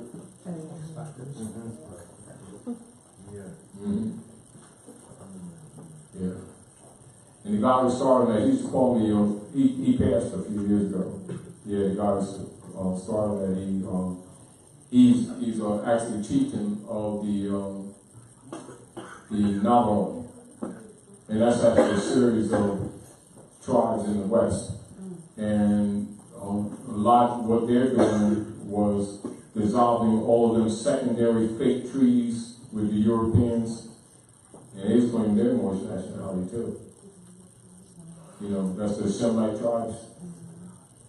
Yeah, because it's all boiling back down to that truth coming out. Islam, brother. Islam. I have a question. Give him a mic. There's one over here.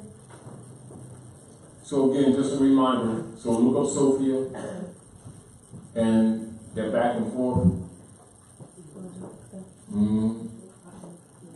Islam. Islam. If there is a major or minor differentiation, what is the differentiation with the Knights Templar and Knights Malta? What's the difference? Well, both of them are armies. Right. All right. Now, Maltas, all of the Maltas, anybody that's a praetor, so write it down, Preator. Praetors are called for the masses presidents. All right? And they are Roman signed rulers or operations under the Unam Sanctam operations in the Maghreb, or what you call Morocco, or the Western Hemisphere. So all presidents are praetors, and they all are Knights of Malta. So their assignment is still Unam Sanctam operations. Now, Knights of Columbus, as an example, are the collection arm for Keiko's Ku Klux Klan. Knights Templar are some of the order that protected allegedly the Christians going to pilgrimage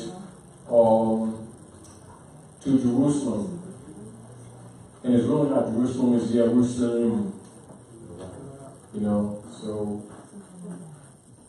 that's where that comes from. And they're actually an order of soldiers too, so they're all soldiers.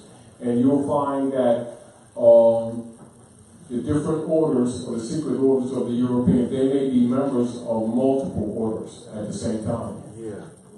You know, so you may have say a Knight of Columbus, collector, you know, the economic arm for the Caicos, could also be a Malta.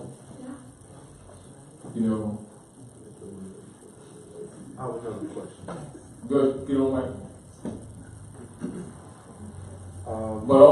But as a reminder for everybody, all presidents are Maltas, even if they're not or may be a member of any of the other secret orders.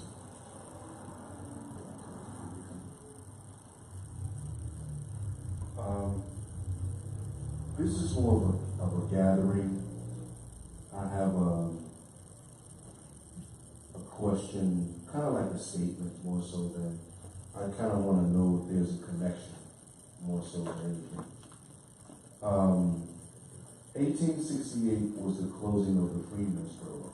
Yeah, it would be the Bureau of Refugees. The official name is the Bureau of Refugees, Freedmen, and Abandoned Lands. Now, remember that, so write that down. The Bureau of Refugees, Freedmen, and Abandoned Lands, loosely referred to as the Freedmen's Bureau. Closing down 1868, now continuing. One of the things that you taught well was to pay attention to timelines. Yes. This is a question of kind of like gathering, because I kind of want to know if there's a relationship to this. 1739 to 1858 were the Gullah Wars. Gullah Wars, yeah. 10 years later, you have 1868, which is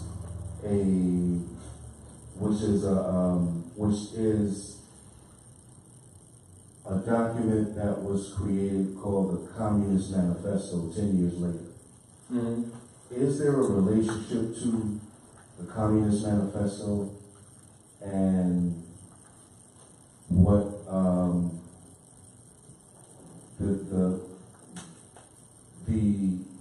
the U.S.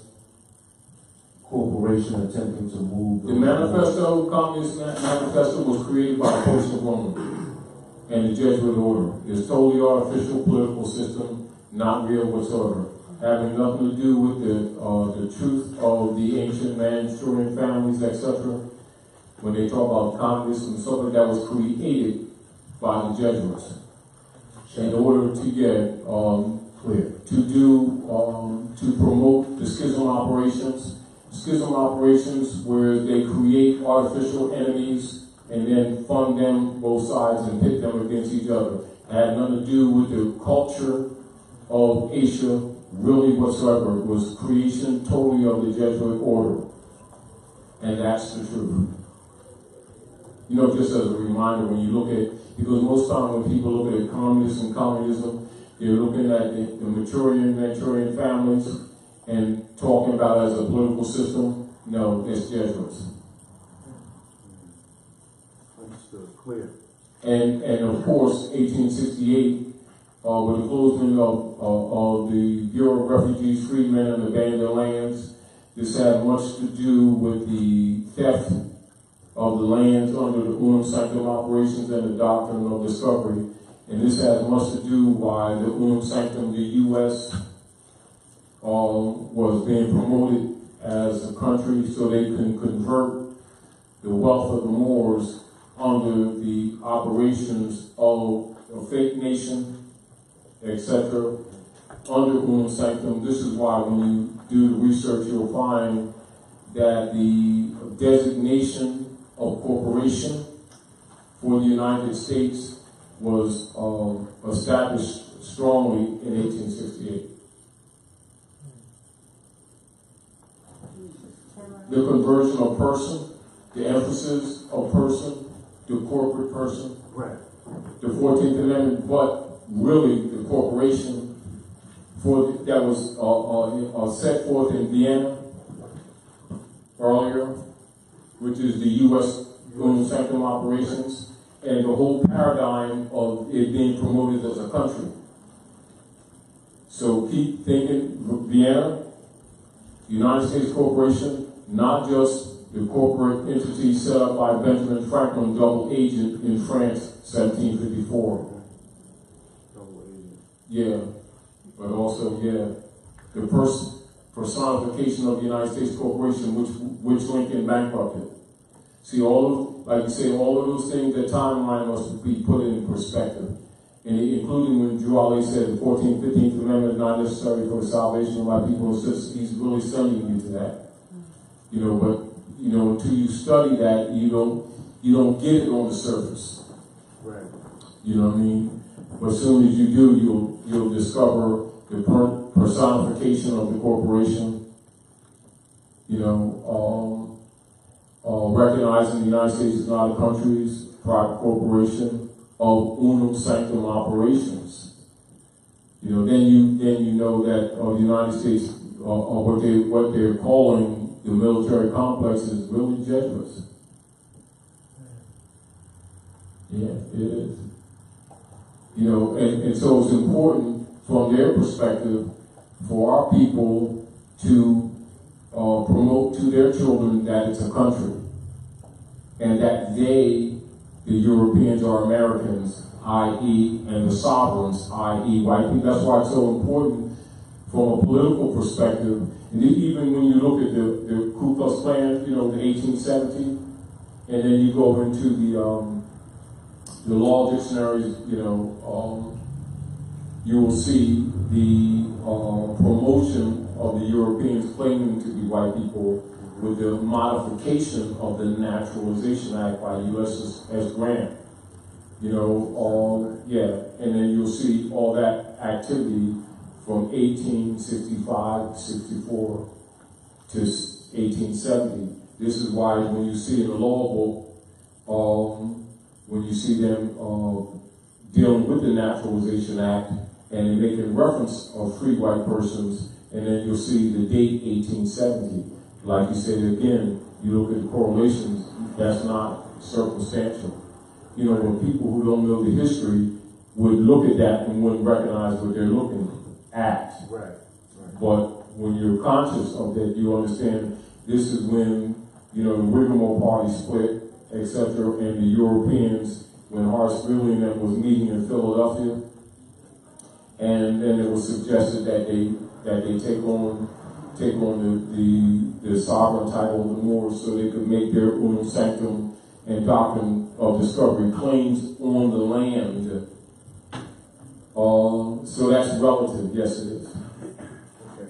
You know, and again, you're doing a logistical analysis, which is what we collectively need to do when we start looking at these things, and they may be listed under different names. They're really Unam Sanctum programs, operations. They'll change names to divert, to divert, to divert.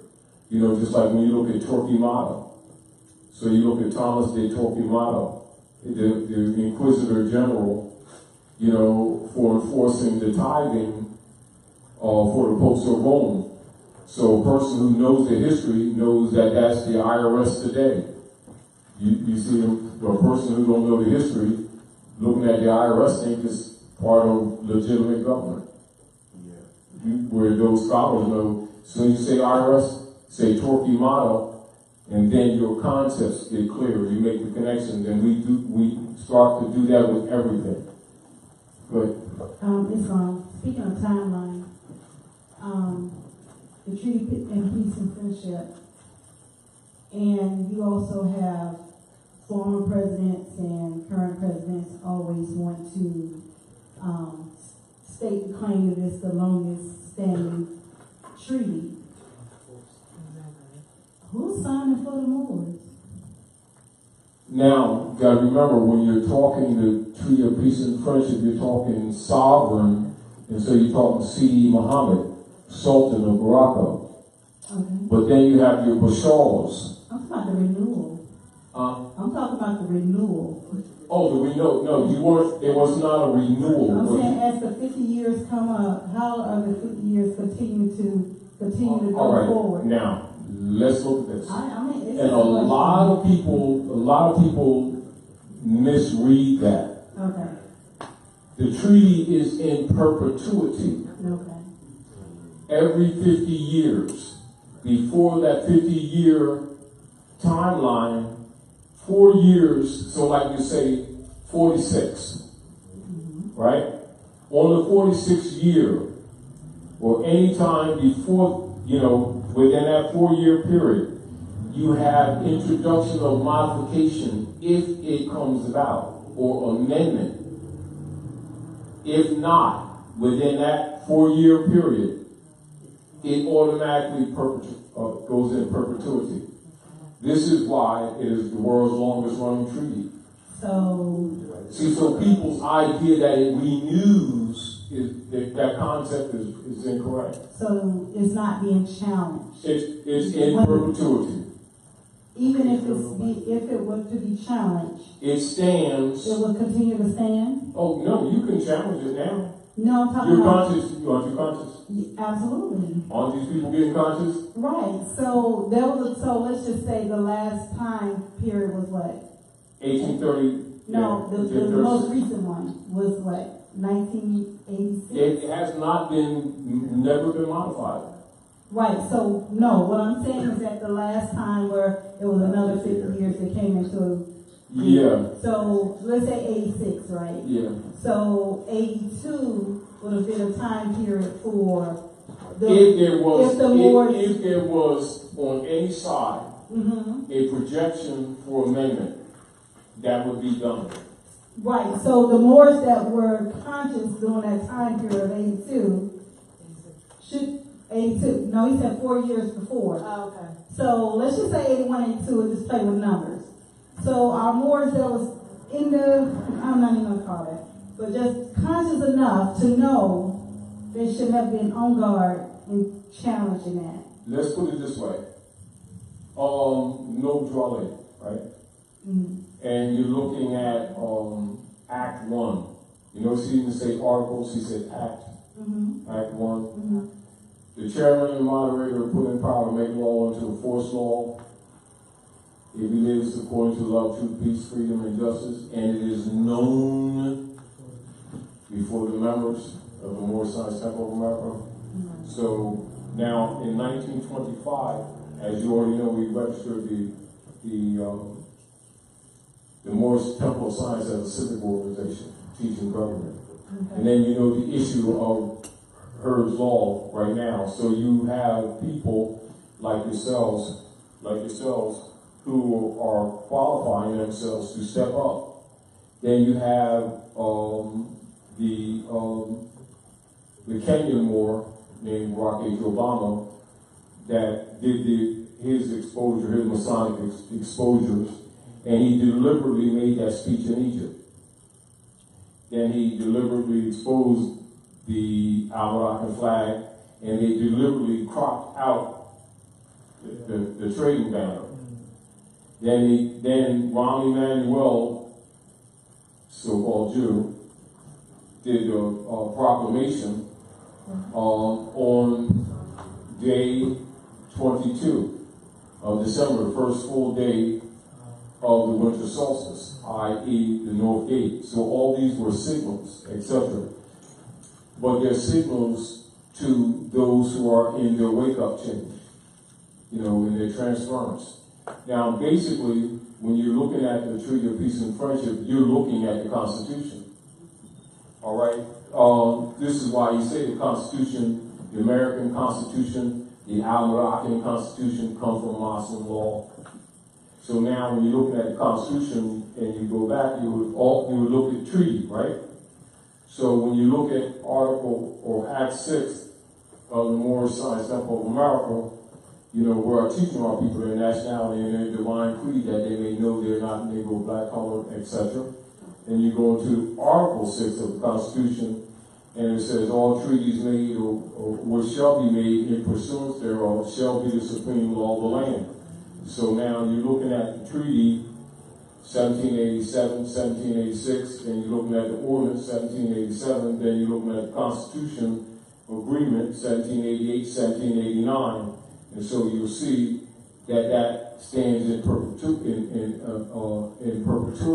That means it renews itself unless we dismantle it. This has much to do with the Knights of Columbus Ku Klux Klan dismantling the Republican order so that they would not honor it. Now this is where the breach is. However, you have the breach there, but you have the breach on our side of our people agreeing to be black and agreeing to be Negro. So what you have is sort of like a neutralized political playing field. So now you have no Drawley calling us back to order, but you also have, when he was talking to the Queen of England, because you got to keep in mind the secret treaty of Verona, and charging her with the violations relative to continuing, branding us Negro, black, and colored, and promoting that paradigm. So you'll see a call of everybody coming back to order, and this is what you see in the divine warning to the nations. He's talking to all parties. He said, by the day we are violating our constitutional laws are governed by name and principles. And he's talking about on both sides. So the treaty grants. But it stands. Remember, Right. it stands, and it's like inactive because we're inactive. So the treaty grants the charter, let's just say the charter for the Europeans to be on the land and do business on the land, correct? Exactly. So, that's for doing business now at the ports. Okay. So as we have collective consciousness of Moors, there's no need to wait another 50 years to start crashing anything. We don't need to. We just need to be ourselves. I understand that, but it's like if the charter is still in place, it still allows permission. So it's like, okay, I would say it allows the pass. It's the passport that is allowed to be on the land. Yeah. So you revoke the passport, you can't be on the land. Now, this is again why I was, from a political perspective, why they muddied the border and bring the piracy on the land. And this is why it's been so important for them to misrepresent Unam Sanctam as a country and get us to agree to it. So see, the same way that they did the road. Now look at this, and bring me back to this so we don't lose, connection. Why it was important from a political negative position for them to do Roe v. Wade for aborting the babies in the name of helping women, and then feed the babies back to the people through burger joints so they could contaminate us. So that when this stuff starts coming out, that we're not innocent.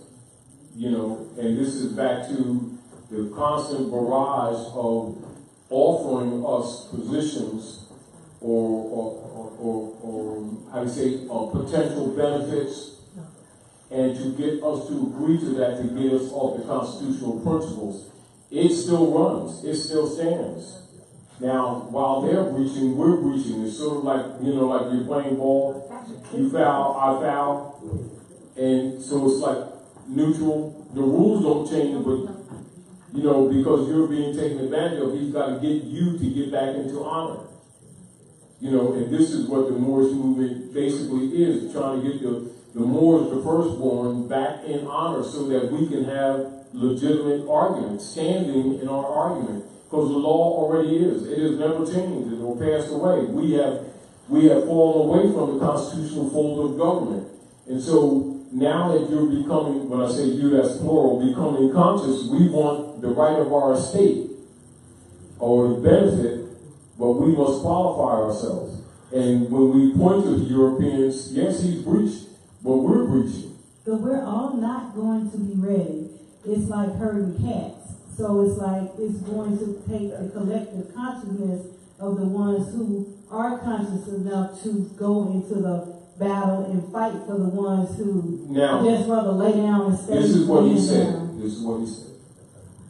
He said, in order to change people, you must change their literature. Absolutely. And he said, go back to that state of mind of your ancient mothers and fathers.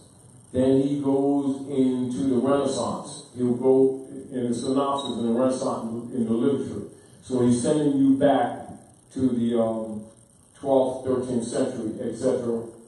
And then when you do that, you'll see your 7 liberal arts, the universities that we built for Europeans. You'll start reconnecting and start recognizing when he says, get yourself a good European education so I can use you, because you're not really getting a European education, you're getting a Moorish education. It's just that our people are being disconnected, so we must qualify ourselves. And as we go back to that state of mind, the dogma systems and the other misrepresentations, the Unam Sanctam operations, and the expurgatorius and the prohibitorum, interjections that the European put there, we will, undermine them by us going back to that, to the sciences and taking back our culture.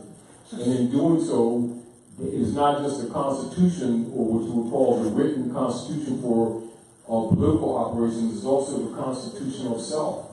So the Constitution of self is knowing thyself. So you're looking at the elements, your physical elements, your salts and phosphates that your mother made you, which is part of your religion, that's your religious creed. And our people who don't understand this are looking at worship systems when actually it's the workshop of the mind. So you'll discover that we didn't worship things, that's Europeans said that. We didn't worship any idol gods. It's the workshop of the mind. And this is why you have, like in chapter 5 in the Quran, it takes you to the workshop of the mind and tells you their tools, etc. So as we begin to do this, we're actually enforcing the Constitution, i.e. the treaty, etc., which is what we're in the process of actually doing now. But it's on a level, a multifaceted level that on the surface people don't see it that way. They're looking at these documents as somewhat you would call rules that we need to enforce on them, when really it's the Constitution itself. And when that's a plural, when you become more cognizant of yourself, you're actually starting to enforce the Constitution. When you go back to your religious creed, when you discover it's not worshiping anything, it's really the culture, then you're dealing with the law in common, or what they call the common law. Then you trump the Roman law and the canon law upon which the straw man is built in the first place. And this is back to really comprehending and understanding and knowing that law and history goes together. That's why those things must be taught. And so once you're cognizant of that, you start recognizing, while it may appear complex, it really isn't. It's the simplicity of going back to those principles of your ancient mothers and fathers. That's the constitutional form of government. Now, as we are becoming more and more cognizant of ourselves and the obligations of the body's politic, logically, those who have been in rebellion are nervous because it's over for them. So it's not just that, it's also people among our own. People among our own. People among our own who are unconscious. They're not looking at this multifaceted. They're looking at, say, a document with these 26 articles or something like that, or there's 7 articles in the Bill of Rights with the Constitution. They're not looking at it as one document. And they're not looking at, when they're looking at, say, the Constitution for the United States, they're not looking at the foundation of the Declaration with nature's law and nature's God, giving you your zodiac Constitution. So the Constitution is not just that instrument; it is literally the culture. You know, and again, I can't emphasize that enough. And I think that people limit themselves to looking at the instrument document itself and the articles when you're really dealing with culture. Truthfully, the enforcement of it is you enforcing the culture. Well, the institution is always taught us to look at sections and divert, rather than looking at the whole.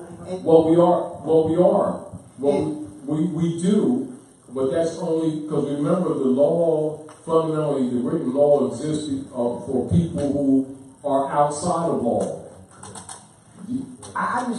To bring them back into law. That's clear, but my concern is that what you just stated may take another 25 to 50 years of abuse. We're being abused and beat up bad. Well, isn't that like true? Yes, it's true. No, isn't it like been true?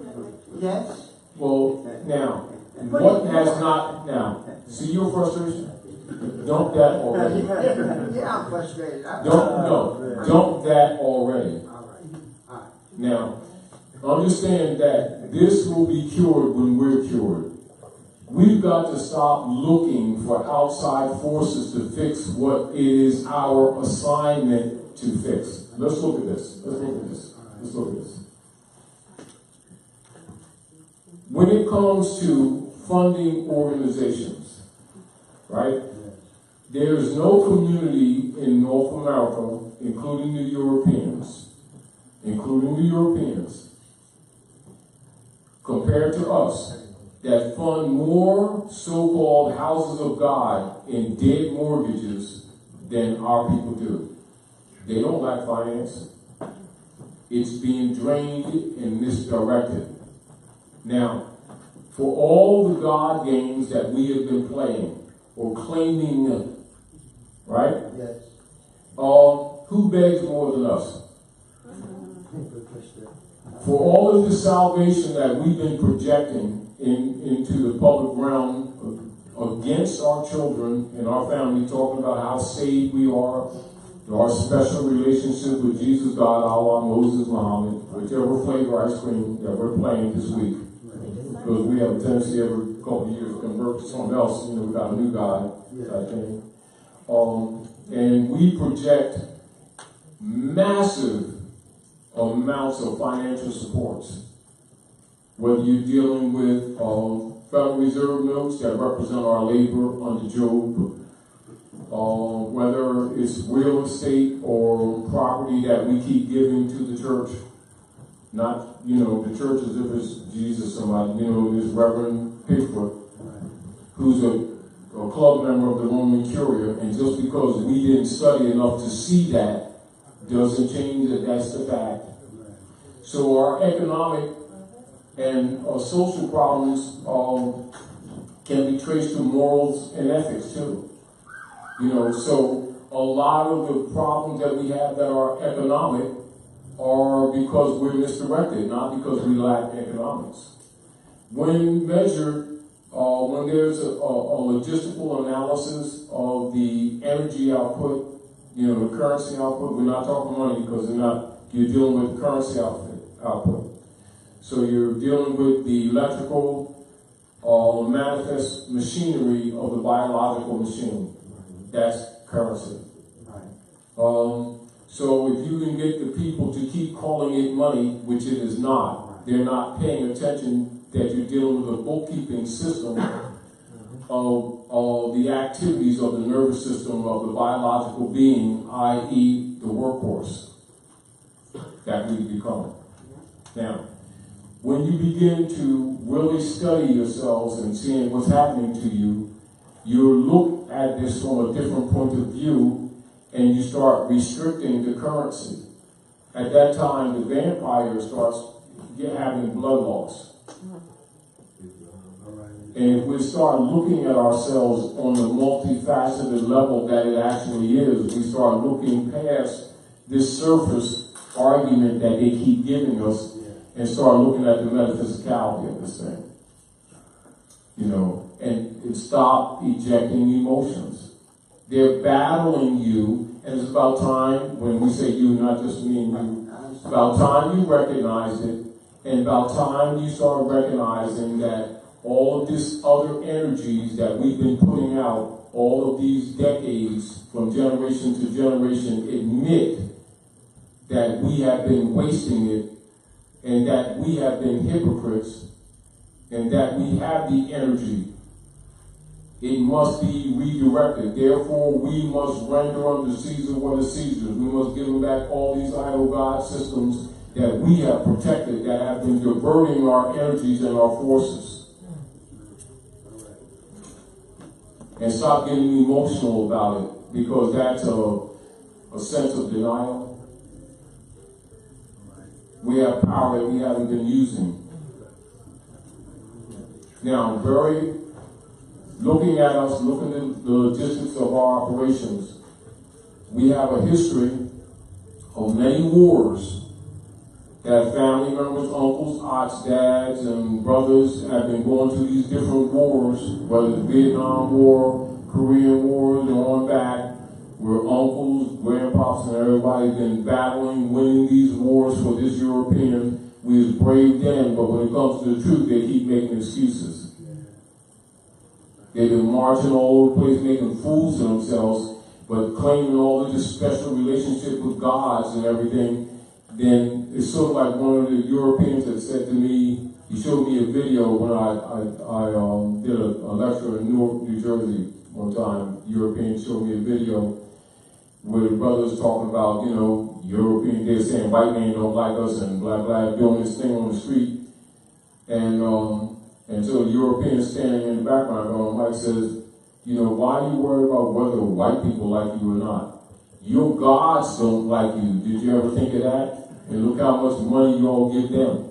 And he walked away.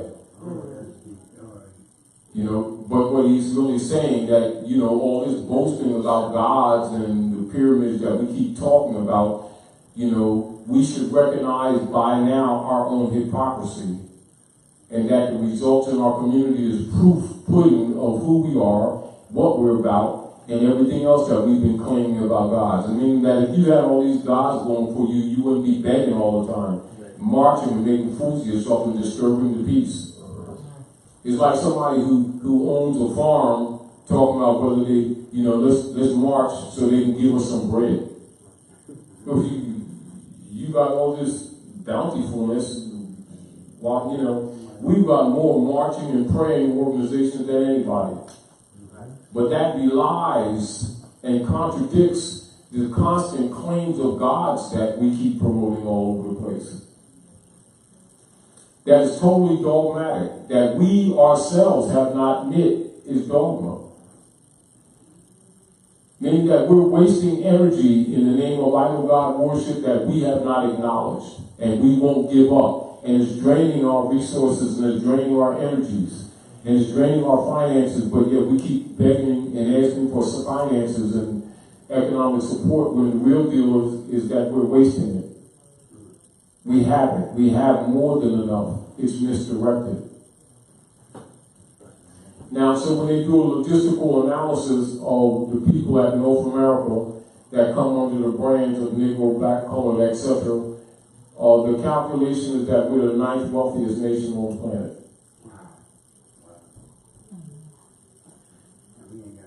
No, what does that say?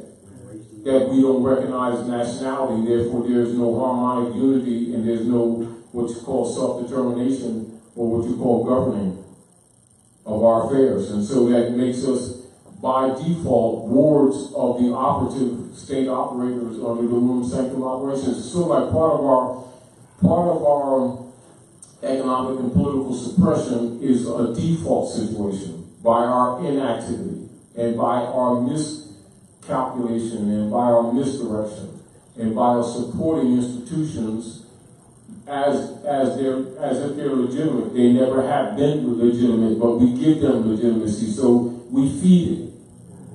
We feed it when it's totally illegitimate, but then at the same time we lack the courage to clean it up and or to dump it. You know, and when faced with it or challenged with it, we'll start making statements like, well, what are we going to put in its place? It's sort of like, you know, what about this garbage that we're eating? Stop eating garbage. Well, what are we going to put in its place? Why do you got to put something in its place? You know, this whole concept of that we keep on, you know, promoting that in removing what we know is a fraud, that we need to put something in this place. No, we need to remove the fraud. Period. And nature herself will just simply operate the cure. You know, like, well, what are you gonna do if I wash the dirt off my hands? What am I gonna put back on it? Why, you know, you wash the dirt off and get your damn hands clean. You're not putting no more dirt on it. Stop. You know, this idea that we gotta replace this stuff, you know, rather than just be.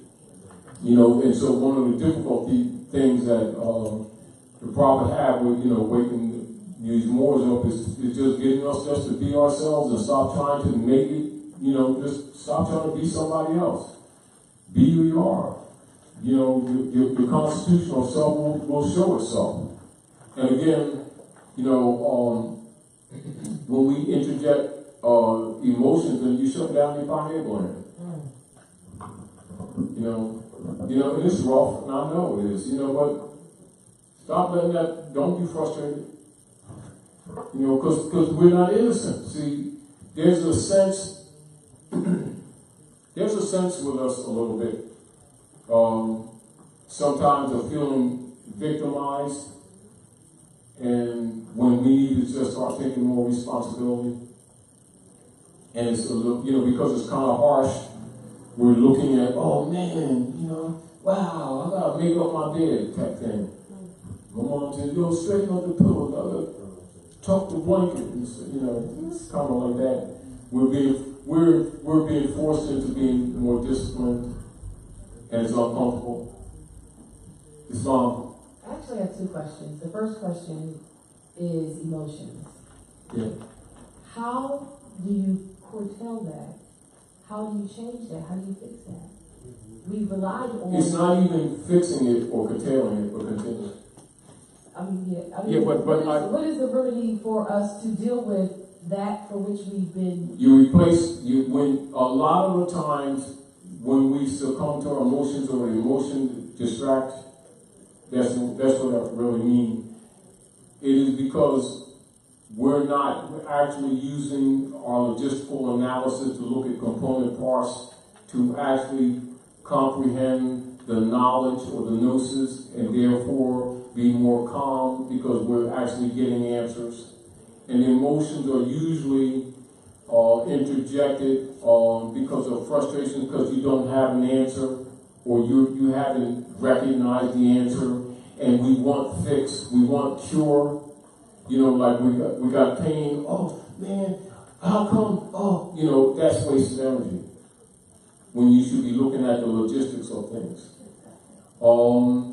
And that's like for instance, you'll see some war techniques. Like say, for instance, and I use the analysis of boxers, or sometimes when people are doing, you know, karate, or some of your martial arts type thing. Sometimes even you can have, you can be dealing with an opponent that actually has a skill level that might have an edge on you. And what you may do is may say something or use some little tactic to get them to start feeding on their emotions, and as soon as they do, you start beating their asses, to put it bluntly, because it becomes a handicap. Once you understand that it can be used against you, it doesn't mean that you don't recognize emotions or that you be cold or something like that.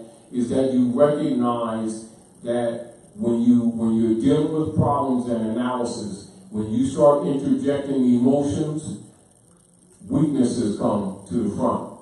Distractions will come to the front. People can use it against you because they already know that it shuts down your pineal gland and your thinking processes. I mean, because you're catering, not that means that you're catering to your lower self, but you have a tendency to be moving to that side. And so someone who's calm and recognizes they're watching, they're making moves and and when they see your emotion, they want to keep you in that because you're not thinking straight. Not that you can't think. And the deal is you just gave them the upper hand. And so in the art of war, if you can get someone to cater to their emotions whenever there's a problem, rather than being cool and doing a logistical analysis, you have a better chance of defeating them. And this is why sometimes you'll hear people who understand these principles say, you know, leave your emotions on the step. Don't mean that you're being cold or uncaring. It means understand that it's a dead weight when you need to fix things. You need to look at things positively and logistically. And chill out. You know. Clear. So like the prophet would say, like, I'm cool, you be cool. And that's really what he's talking. He's talking from a metaphysical point of view, although that's a casual statement. So what I'm hearing is emotions is a direct reflection of the lack of... Most of the time, not all the time. A process. Well, when you're unclear on the next movement you should make in a particular situation. So if, for instance, you're dealing with something and you don't know how to deal with that, exactly. You're incompetent in that particular area, you defer to emotions because you don't know how to get out of that particular situation. Yes. So it seems like what I'm hearing is that what we're doing, knowledge and learning and elevating in some and this is what we should do. When we see the emotion rise, you don't run from it. You know, you embrace it, you look at it, and recognize that you start controlling it. Because what happens is that it encourages you, you know, subtly, not to look at the logistics, and very often we doubt ourselves. But you do have, you know. And the other deal is that we have been undisciplined for so many generations that lack of discipline has become part of our culture. And the circumstances of Roman Unam Sanctam operations, particularly when they come more openly, you know, because they've been doing things covertly for some time. Now, because of the pressures that are on them, they're being more overt. And so we're very often looking at them starting to do something when that's not true. They've always been doing it. We haven't been paying attention. We've been asleep. Now, when you become awake, you're more aware of these pinpricks that ain't mosquito bites. I thought there was a mosquito all the time. Now I notice that this guy is standing in the corner with dark clothes on, been sticking me all the time. I was going to have a potassium mark.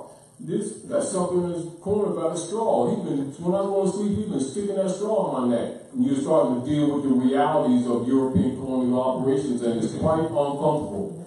It's also recognizing, damn, he bit me. Really? Right. You understand what I'm saying? And it's coming to reality. And then we also starting to recognize our own ignorance, and that's also uncomfortable. And then the pressure that nature is putting on us to start really learning is also like, taking a castor oil type thing. It is that, and that's what I'm talking about. But again, from a perspective of art of war, recognizing how emotions work. You don't reject them, you start using them. You start looking at it differently. And then when you see it welling up, resist it because you know that it hampers you. Doesn't mean that you don't entertain it. Know that it hampers you. And opponent, if someone's battling you, they're going to try to get you to get emotional because you stop thinking straight. Meaning that your thoughts start getting scattered and it starts confusing you because you're not thinking straight. Just as a reminder. Good. Islam. I feel compelled to say this just based off the top of the emotions, even though I'm definitely guilty when I'm not conscious of who I am. But I don't know if anybody here is familiar with Eckhart Tolle. Basically, if you pick up some literature from him or audio books from him, he gets into emotions, and what emotions really is when you're coming out of yourself, you're not retaining enough of your energy inwardly. It's kind of like when they say in the book, you left your house unattended. Mm-hmm. So you fought all your fronts outwardly. But if you, even in conversation, I can practice it now because I'm on my square right now, but it's kind of like when if you're talking to somebody, though you're having a conversation with them, focus maybe 10 to 20% of your energy while you're talking. Like think of your heart or your abdomen or some internal part of your body, your ankle, whatever you want. That's retaining something for yourself. And when you do that, you'll remain conscious and you'll always be calm. And you can never really come out of yourself when you're in that state. But it's something that you have to practice. And, like I say, and we all agree we're all guilty. But I do know that it works because I've tried it. And when I'm right, it mostly works all the time. So. And that's a technique. That's part of that's part of yoga training. Yeah, which it all comes full circle. See, what we're doing here, we constantly looking at everything that we're facing right now from a law perspective.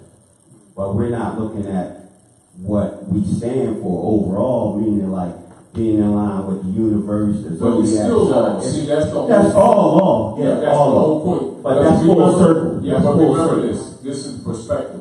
Right.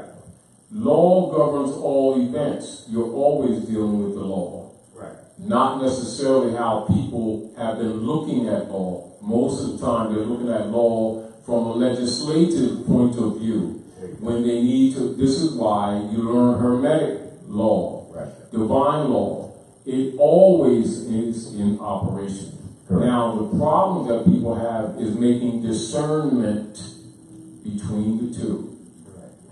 So what's happening is that those who don't understand and overstand and understand it are manipulated by those who know that rule. And their focus will be mostly on the ens legis operations or the legislative law. And then also forgetting the divine law or nature's law and nature's God, or what may be loosely be saying Allah, all universal law. Correct. And logically, if people are thinking from an anthropomorphic perspective, they're not thinking from a metaphysical angle, and this is where that's lost. And so, where if someone is operating, from a perspective of opposition to cause injury to you, or in opposition, and they know that rule, they'll do some little subtle thing to get you emotional, and as soon as you do that, you're outside of yourself, and then they start punching you.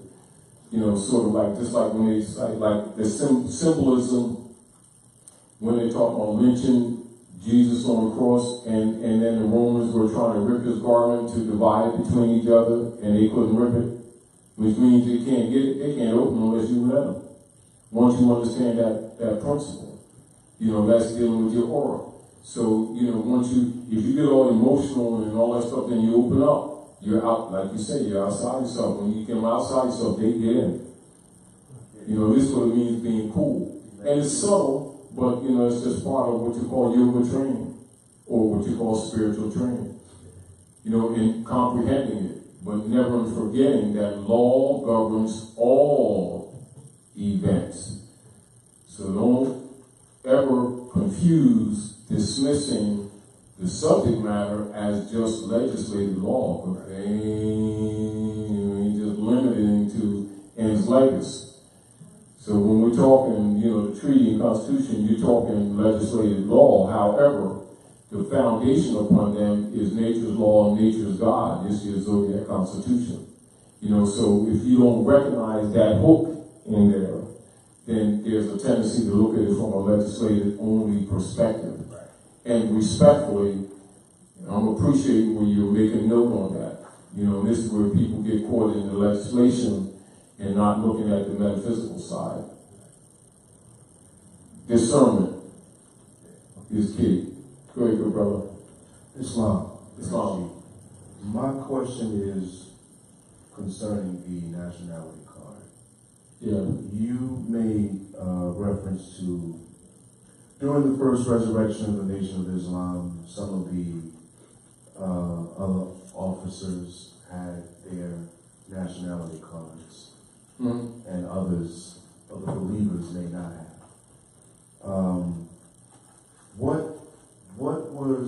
How during those times, or in terms of history, how was the nationality card used by those who had the knowledge and those who did not? And if there were a widespread carrying of the nationality card during those times, why was it dissolved? I mean, how did it fade out as a... It never faded out. It has to do with compromission of persons in positions of power. Because remember, when you're dealing with a nationality card, that is an instrument, an evidential or an evidentiary instrument of diversity. All right? In relationship to the pedigree, and logically that connects to the political system and inheritances. So you're dealing with the issue of nationhood absent of the instructions that go with it.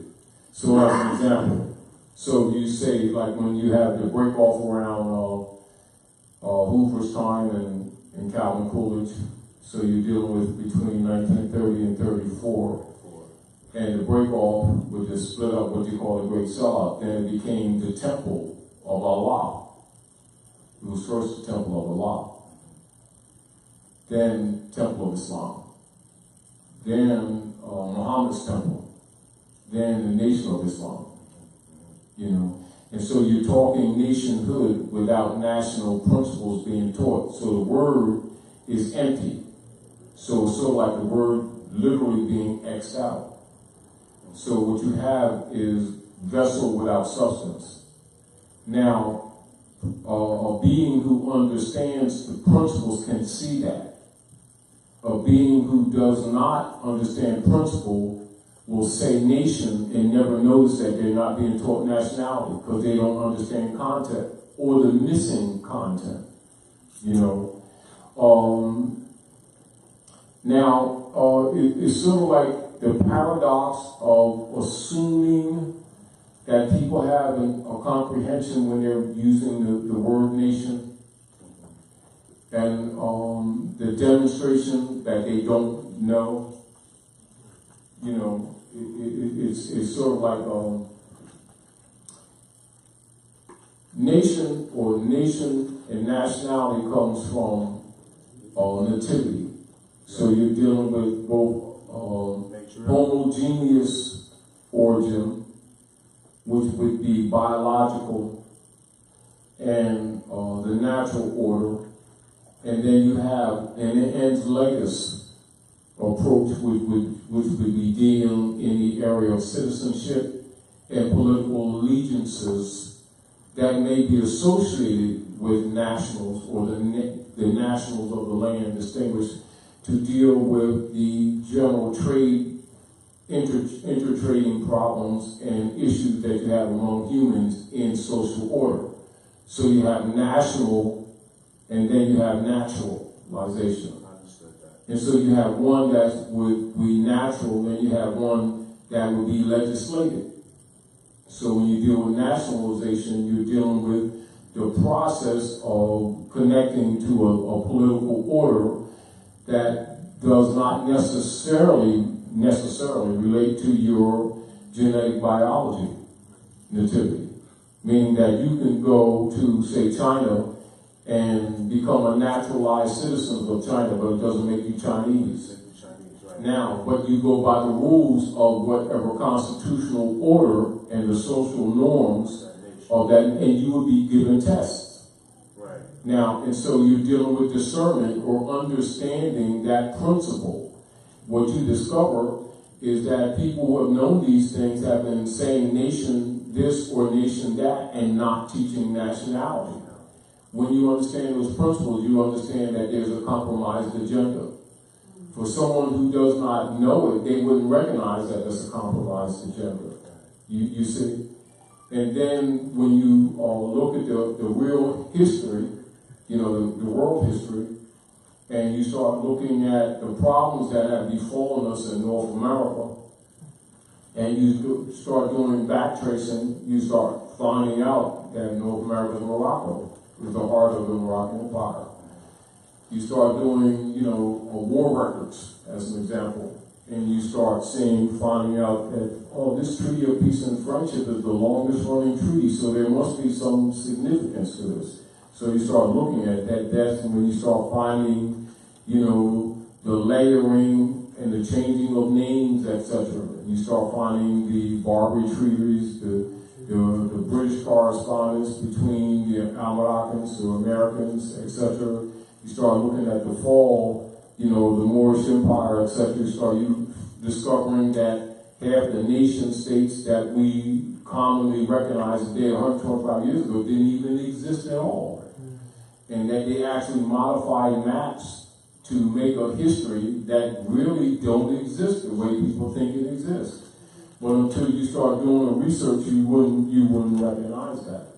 Now, then when you start dealing with the social dynamics, and this is why a lot of times we'll mention some of your more contemporary activities, particularly like with Ulysses S. Grant, when he modified the Naturalization Act. That is very important because that's when you start looking at the Knights of Columbus Ku Klux Klan oath, and when the Europeans in North America start calling themselves white people. So this you're dealing in the area of official activity, 1779 area to 1854. But when you see the solid, confirmed or exercised activity where this stuff was really pushed, you're dealing around 1854, 1863. With the Knights of Columbus Ku Klux Klan oath. And you see those activities and the founding of the Democratic Party by the Ku Klux Klan, and the subversion of the Republic. Then you start looking at the history and you'll find that the constitutional principles that were adopted are actually ancient, that they can begin actually here, with the Europeans as the people think. Then those things start falling in place and you start recognizing that you have nationals or people of the land who are the real Americans being systematically usurped by Europeans that set up a corporation called America and claiming the corporate venue and covering up the organic Americans. And so you'll see the dynamics where people Americans from, as an example, from some of the islands, letting Europeans make them think that they're foreigners in America. Right. It's that mental paradigm. Right. Likewise, in the organizations, it's the same thing, but that's European Unam Sanctam operations. But once you understand what nationality is, you'll recognize it is the natural order of man being born a woman and organizing in governmental structure. And that the inheritances of the human family are coming through the matriarchy principle because it's the nature of life on the planet. Right. This is why inheritances are called hereditaments and heritage and, inheritances. So the matriarchy nature of life on the earth is a matriarchy by nature. Right. And so the difficulty that we have is bringing people back into that consciousness that that you need to look at the natural order of things, distinguished from the ens legis order of things. When the ens legis comes in conflict with the natural order, the ens legis is dismissed. And this is where you get what is known, that line where you get to what is known commonly called the common law. And so when you talk in common law, this is why a lot of times when they say when you talk in common law, you're talking constitution. They don't mean just that instrument there. They're talking about the natural constitution of the being, nature's law and nature's God, or the hermetic laws that are the phenomena that run the planet. And so what we have dealing with us in all of these different operations, these vehicles that we call organizations, are trying to reintroduce people to the natural order of things, the zodiac constitution, the nature of things distinguished from the ens legis. And while these things may be put in a written form, for them to not get confused with the written form instrument as the thing. Like, for instance, you might look at, as an example, your zodiac constitution, right? So it says, mathematics, the 26th letter of the alphabet, mathematics, the zodiac, 12 signs of the zodiac, and the numerical system from 0 to 9 comprise the Moorish zodiac constitution of the Moorish nation of North America. People looking at the instrument instead of looking at that, you've just been told what your constitution is. And all constitutions are really based in that, if you get the point. Now, and so it's that fine line of comprehending the abstract from the concrete. People would call it spiritual, but you already know better than that. But that's really what you're trying to define. Now, so if you say, as an example, and it's not disparaging, as an example, in the Nation of Islam as an order, the Lamb, or Elijah Muhammad, would loosely refer to our people who are black, but most of the time he would qualify, and he would say so-called black. He would. So a lot of people even mistake him. And then he would also make reference that, as these people have mastered the actual facts and other documents and other things that were presented, he said the supreme wisdom will be handed you later. So he's letting you know you're not getting all the degrees. And little subtleties like that, a lot of people miss it and don't pay attention to it. So they will often sometimes condemn certain things in the Nation of Islam when they really need to have studied it. And that these are degrees. Do you understand what I'm saying to you? Nevertheless, a lot of people who have the degrees never brought them out to the people. To that degree, some criticism sometimes on all fronts with all of us can be levied. Are we clear? Yeah, clear. But it must be understood that nationality essentially deals with the biological being and the name or the attribute related to the mother or the offspring from which you come.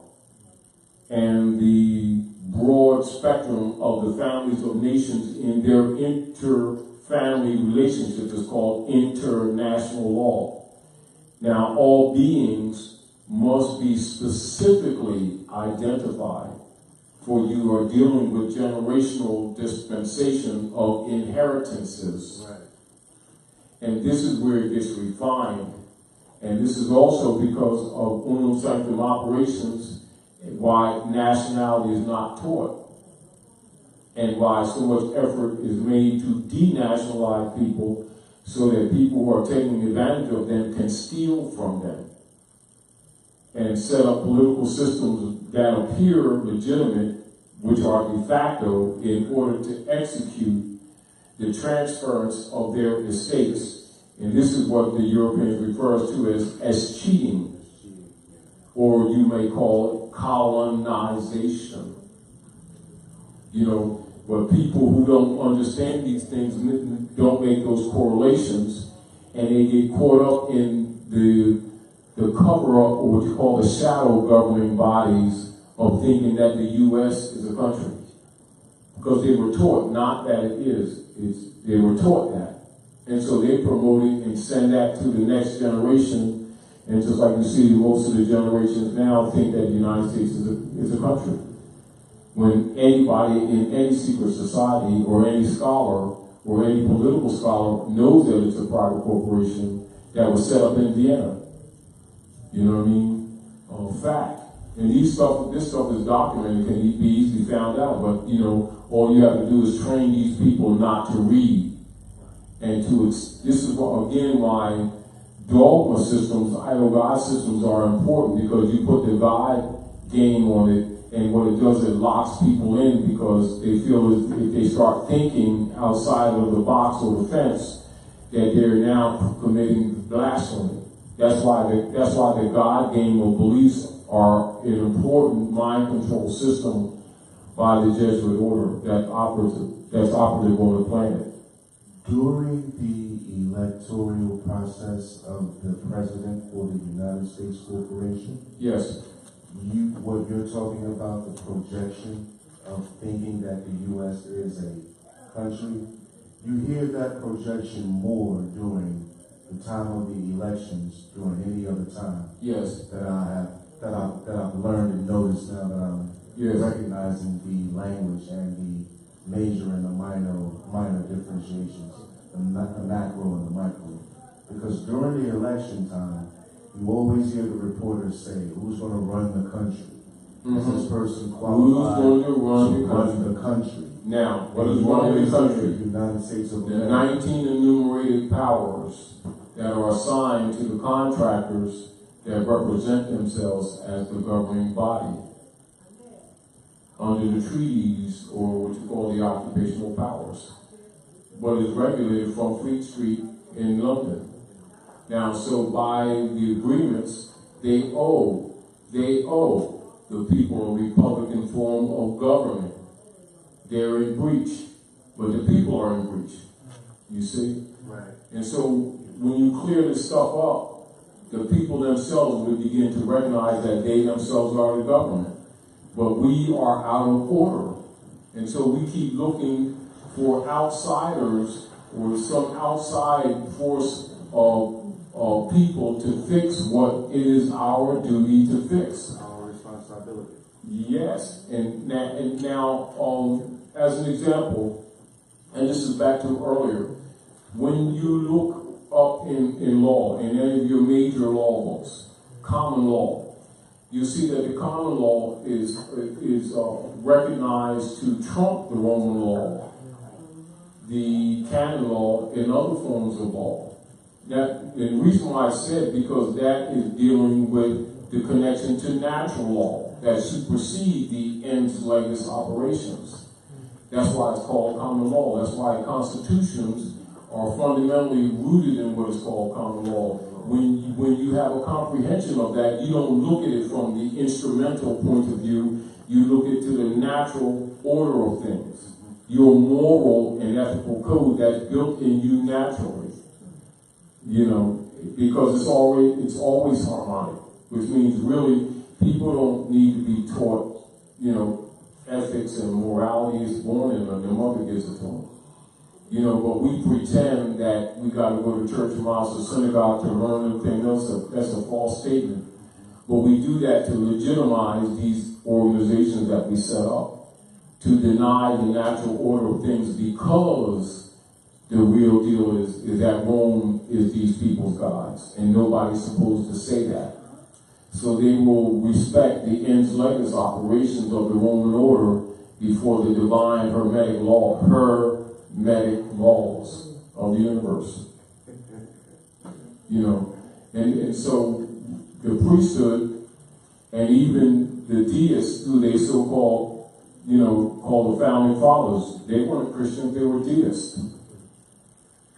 And this is again why Jefferson, one of the deists, did what is referred to as the Jefferson Bible, to remove some of the corruption that was set up by the Constantinian order through the Kyplos or Ku Klux Klan operations, you know, with the King James Jefferson Bible. Yeah, Jefferson Bible. That's why you see a lot of Congress people don't necessarily do it openly. You'll see they'll take their oath on the Quran. That's on right. the Quran and the Jefferson Bible, That's not right. on the King James Bible, because That's right. The Jefferson you're Bible. back to the treaty. I heard about Because the United States, the order was set up on Muslim law. This is what Obama was saying.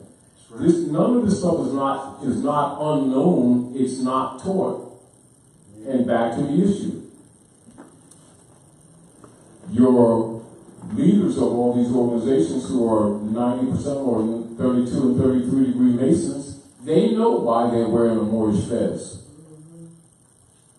Now, they're not going to tell the believers because they've got their hands in their pockets. And as a matter of fact, this is one of the codes when they murdered the unbelief, when they say, get your hands out of pocket. Well, that's what they were talking Masonically. You understand what I'm saying now? So some people are looking at it one way, but those who really know what's going on is that he knew that he found out that all these leader guys that he was admiring had nationality cards and didn't tell the people. You understand what I'm saying to you? And that there was a certain amount of compromission. But it's not just in that order, it's in all the orders. And the Moorish Sanctam have been infiltrated and compromised too. You understand? But the principles that were rooted in the restoration of the people was founded in the old Canaanite order set up by Draw. And then a lot of people don't want to acknowledge that because a lot of people have been compromised. You know, when you deal with Follow Divine, Daddy Grace, Bishop Johnson, all these people have this information. You know, Farad, and then you have Farad was a double agent. You know, they had two of them. One of them was a drug deal set up by the CIA. You know, because with the SS operations of J. Edgar Hoover, he set up the FBI under the Jesuit order. You know, so a lot of people think that the FBI is a part of the Republic's order. You know, that was set up by the pedophile, J. Edgar Hoover. And the mob used to give them little children as gifts for legislation operations. So when you look at a lot of things that took place and that are taking place now, if you don't know those politics, you may have difficulty understanding what we're dealing with today. You know what I mean? So it's important for you to really understand the real politics and not be naive about what's going on. And this is back to what we talked about earlier, brother. You know, you don't put your emotions in it because they've been waging war on you all the time. The fact that we finally waking up to it, you know, well, good cookies. You know, but, you know, we need not get emotional. We need to chill out, start paying attention to details. Start putting, you know, things in written form, sharing it with people, giving the youth a chance, you know, not to go into that dark that we came out of, and start recognizing that we spent a lot of generations BSing with belief systems, which has allowed the generations that they be totally disarmed. They have no consciousness of the real dynamics. You know, when you, like we were talking about earlier, you know, so when you tag our people black, they're looking at the semantics of, you know, how do you say, pride, or, you know, some kind of sense of dignity when everything was about theft of your estate, and yet that never comes up. You know what I mean? Yet that's at the heart of it. It's the heart of the branding system. But while those things are brought up in common conversations now, the youth today think that that had to do with a sense of self-esteem and the complexion of your skin, when everything had to do with them setting you up to steal your estate. You know? Yeah, the whole thing was setting you up to steal your estate.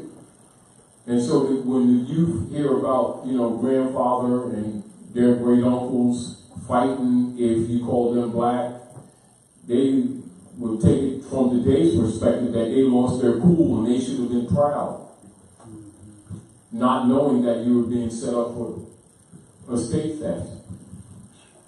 You understand?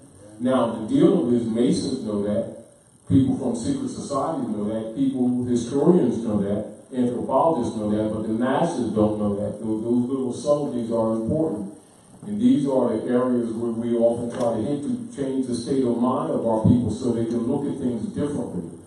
Because until you start looking at things how they really work, they're not going to change because we don't change. We're looking at it from what you call the control narrative. You know what I mean? So emotions play no part in that. Clear thinking does. And fixing. Go ahead, brother. There are several key elements of work that you have used over the period of time which you have been dialoguing with us, and most of the words revolve around consciousness. Okay? So, with that being said, I want to ask a question.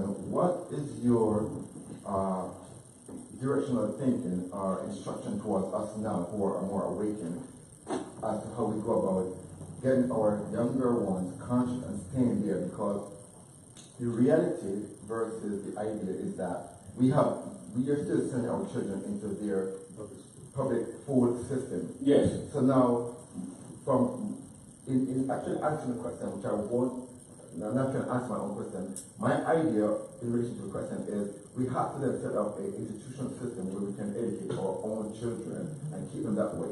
Because as long as we send them out back there in the field, we're never going to take them. Yes. Now, this is interesting. Now, remember when we were down in Washington, and that the young sister was a teacher, and the conversation that we had, and then we projected her to read the philosophy page of the General Education Board. It is simply this. It is no different than the very thing that we're talking about. We keep delivering our children to Rome, then complaining about what Rome is doing to our children. We keep funding churches, mosques, and synagogues in mortgages that generations will never meet and produce no civic organizations, and the civic issues with the economics, the politics, and the nationality, and the resources issues, and the inheritance issues are the things that affect our lives every day, and we do not put any energy in those areas. Now that's the truth. And then when challenged with it, we'll start talking about gods and the reason why we ain't got time for that because we put it in the hands of the Lord, and we keep doing that and keep doing that to our children. And the Europeans, knowing that he's controlling the narrative, just simply continues to take advantage of us. And it's back to no different when we opened up and I said etymology and vocabulary. You know, one of Abdullah's early books, right? And this is so basic, you know, like this is basic what they should learn in third grade, right? But because it's been absent from us, even when our people are given information, they do not know how to discern because they themselves are accepting connotative presentments as meanings, whereas the people who are presenting stuff to you know that that is a political design of your miseducation. You know, so again, you know, just like the people don't even know basic geography. Like you'll deal with most of our people, they think America's a country. They don't know that America's a continent. Just upon a challenge, you will acknowledge it.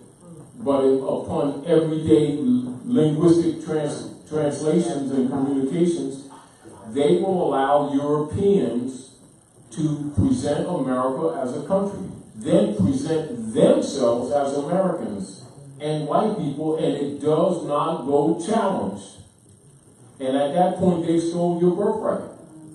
And the fact that they can't read, they don't recognize that that's what just took place in that linguistic translation. Because they don't know how to read. They think they do. They think it's subtle. Just pronunciation. It isn't. It is. Connotative linguistics was introduced specifically to dumb these people down. It's not hidden. They even say it, they document it. They say instead of shooting bullets, we'll shoot situations. And they've been doing it every day. And because our people have adopted the dogma systems in the name of religion, not religion, in the name of religion, and refuse to give it up. Refuse to give it up. That gives the Europeans the narrative control over the people. Now, us admitting it or not is problematic. However, that's a fact. That is the fact. Now, for the few who are willing,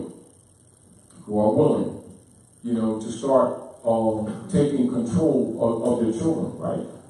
Now, if we're not willing to deal with the escheat operations of the Sanctam operations, you're deluding yourselves. So therefore we have to start telling the truth of why did the Europeans denationalize the Moors? Why? What are the political motivations of the branding systems adopted by the European Dutch masters operating at North America? What are the political ramifications? It's to make them non-descendable legally. It's not moral. Legally, such persons are non-descendable. So a non-descendable person who's transacting business in another man's name automatically becomes a ward of that whoever's controlling that jurisdiction. It's an automatic. But if they're not taught jurisprudence or law, it never dawns on them that this is taking place. They're thinking that somebody's calling them names to make, to mess with their self-esteem. And then their leader guys are telling them that they should be proud of these brands. So do you see the dynamics? This is why we always remind people to put things in perspective. And this is back to timeline. Yes, sir. So when you look at very often, like from a scholarly perspective and a status perspective of citizenship that's measured by many nation states, not just the corporate operations of England via the United States Corporation at North America, they will use the Dred Scott case of 1857 as the most important slave case, as an example, ever come before the Supreme Courts of the United States. And many nation states use that as an example to measure the capacities and incapacities of the alleged so-called citizens in their exercising of rights or lack thereof. I would suggest that people look seriously at the Dungy case of 1851 to 53, 54, 55, with Lincoln, defending Dungy, because it puts it in time perspective. So when you look at the Dred Scott case, when you're looking at the Dred Scott case, you'll look at status, yes. But people will often like those persons who have been benefiting from this paradigm will always interject race argument to divert you from looking at status and plaintiff in error, which is absolutely a surface. In relationship to the Dungy case, the Dungy case puts it in perspective of time because it's an issue that would, like you say, timeline, that would show anyone that the issue was slander and that they were preparing to steal the estate. And so the argument of skin complexion that's played out now wouldn't ride if they really understood this thing. So this is back to the issue here. If you go back to what these things mean, then you can remedy the children because you will teach them what these things really mean. And this is back to the etymology of things, the logistical analysis of things in perspective, in timeline. Do you understand? Now, even with some of the questions that you was asking me about certain things, now, because I have a background in this, because I'm the Emir of the Great Seal, I can tell you the real history on fact, so that you would not be taken advantage of by somebody who's introducing you to this information but seeking to get their hand in your pocket. Do you understand what I'm saying to you? Clear. And likewise, you know, when you look at the Dungy case, it's clearly an issue of estate confiscation. Why the grand system? You know, I know, the average youth in the last couple generations, when the people are talking about their grandfathers or somebody fighting, if you call them black, no one brings up the issue of estate. They bring up self-esteem and skin color. I remember that in the 70s. Which is not the issue. You see the point? I remember that. That's the fix. The knowledge, not the emotions. No, go ahead. What you saying? No, I was saying, I remember that argument, that fight, when I was a little boy, like 75, 77. I remember hearing that as a child, under 10 years old, don't call me black, and then there was a fight. But you are right, there was never an exposition. There was never an explanation that was about a state. It was always about racism, which is the human species, misclassified word, right? And skin complexion, misclassification, never status, never is cheating of a state, never disinheriting, never the issue of the misclassification to remove them from the protections of international law, being a party to the human family under constitutions and treaties. So they get you to agree to be somebody that you're not. They enforce the Christian black codes, steal your estate, nullify your marriages, steal your land, and that was the target. Now, again, and this is redundant, nobody talks about that, do they? No. They talk about skin complexion and whether it was slander, a slur, and that's where it sticks, which is totally off the mark. Anyway, so we're really over time. I want to thank you all for coming out to the House of Reawakening Minds. As you come out, sometimes some of the questions that may evolve, write them down the way you did.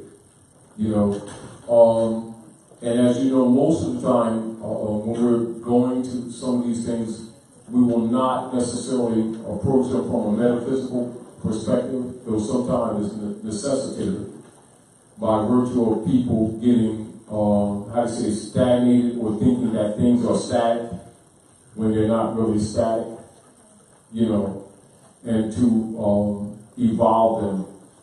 And that's more necessary in some ways now because the dark priesthood is ramping up their game. Yeah, they're ramping up their game because they're trying to intimidate the people, you know. They want you to go back into the dark. It ain't no trying. They are definitely intimidating. Yeah. No different than if you play a basketball game, they're going to try to dunk on you. He's trying to dunk on me. Well, would you be surprised? Well, he's making a jump shot. Are you surprised? Well, he's dribbling around me. Are you surprised? You're not supposed to be surprised. You're supposed to be what? All right, I'll make this move. It's a counter move. That's how you got to think, you know. So don't get alarmed. Anyway, Dr. Naila, can you share with us, you know, one of your plans, please? You know, because actually I was over there. I know. Yeah, I was over there today, and she was reminding me. You know, we was just sharing information. She was reading some of her literature. And of course, I got about 4 of them books. Those same book I share with people. But can you share with us one of your poems before we close out, please? I know I'm kind of putting you on the spot because you like to be humble and sit back in the corner and stuff, but I think it's apropos for the time. I'm gonna ask the devil one. Yes. Ooh, the evolution of self-respect. Oh, this is not. Say, I was that one. I can't even see. Give her respect to yours. Remember the time when the only thing on our minds was how long or straight her hair was? Yeah. So much so we do anything to get more. Even buying fake hair from the corner region store. We couldn't see our true beauty. No one really did, so we valued each other by the hair on our head. But not just our hair, but our skin and features too, because a standard was set that we tried to live up to. Male and female, we bought the lie, put it in our heads, not realizing years later many would be dead from the very thing we thought would make us so much more. We became victims of a chemically waged biological war. We didn't know our true worth, so some thought they could score. And manufacturers, they began reeling us in more and more with, your hair needs more shine, and your hair needs more swing, and we got just a product that can do the darn thing. But now, we realize that we are of royal stock, and that true beauty suits us to a T. And the lips, tits, butts, and tans, and some have to buy, those are things we get for free. And we're fluid relaxers and products that burn. We're proudly wearing our hair natural because finally it's our turn to rock our locks, twist outs, and froze, and yes, even our little wash and goes. Does anyone else see the transition? Can you feel it in the air? And after all these years of chemical bondage, there's been a revolution from hair cares. All right. And see, I did that from not from the good. Okay. You know, for those of you who haven't spoke, you know, we want to go back to it and renew the sharing of that information, and also the state of mind, the poet's mind. She's an under-caliber writer. That's not what and again, she got another book coming out. Will be soon in the near coming months. Yeah, but she got other stuff that she's had for years that she's going to start sharing with us. But I know she's busy, but I'm just pushing her a little bit. I'm busy answering the phone. Yes. But listen, thank you. We want to thank Grand Sheik, National Grand Sheik Taj Tarik Bey, for coming out again once again and giving us a phenomenal class. We also want to celebrate our sister Sharon Tracy Gale Bey for her courage and fortitude, standing on her square, surviving, introspection, and all the things that she was able to do, and all of the heirs that assisted in making sure that she was here tonight. We still, I know we still have our brother still, kidnapped, so, it's not over yet. Any support that you can give towards, because things have to be reestablished until we get back what was taken. So, if you're led in your heart to, share your resources to make sure that Sister Sharon, she didn't ask me to do this, but I'm just saying that things were well for her because she has to reestablish for now. Please make sure you reach out to her and do what it is you can. Yes. Islam. Also, to remind you that we are going to have class on this coming Sunday. We will have Father Hannibal Bey, and he is going to continue with his studies that he has been giving us. And I'm trying to get into my phone as we talk so I can see what it is. Okay. Father Hannibal will be here at 3 p.m. on Sunday through the 7th. Continues the Moorish Magi lesson 111 with lessons from the Holy QRF Book 2. understanding of the Lemurian civilization and more demonstrations on Maya hypnosis. So you can be here on this coming Sunday, 3 p.m. to 7 p.m. And I don't know, Sister Tara and I might even put the pots out. We talked about it. We may fix something. So, but you gotta come because we won't do it again if you don't show up. But anyway, that's this coming Sunday, at 3 p.m. with Father Hannibal. And then following Friday, we are going to have Brother Aaron L. And he will be teaching something about getting your writs together. Get your writs together. Get your writs together. All right. So thank you so much for coming out. Thank you so much for our viewing heirs that are listening and transfer and what are not transferring, you're sharing this, because I see we've already impacted over 5,000 people. Can you imagine if those 5,000 people sent us one nude? How much we could do more here at the House of Reawakening Minds? I'm just saying. We love you. I'm just saying.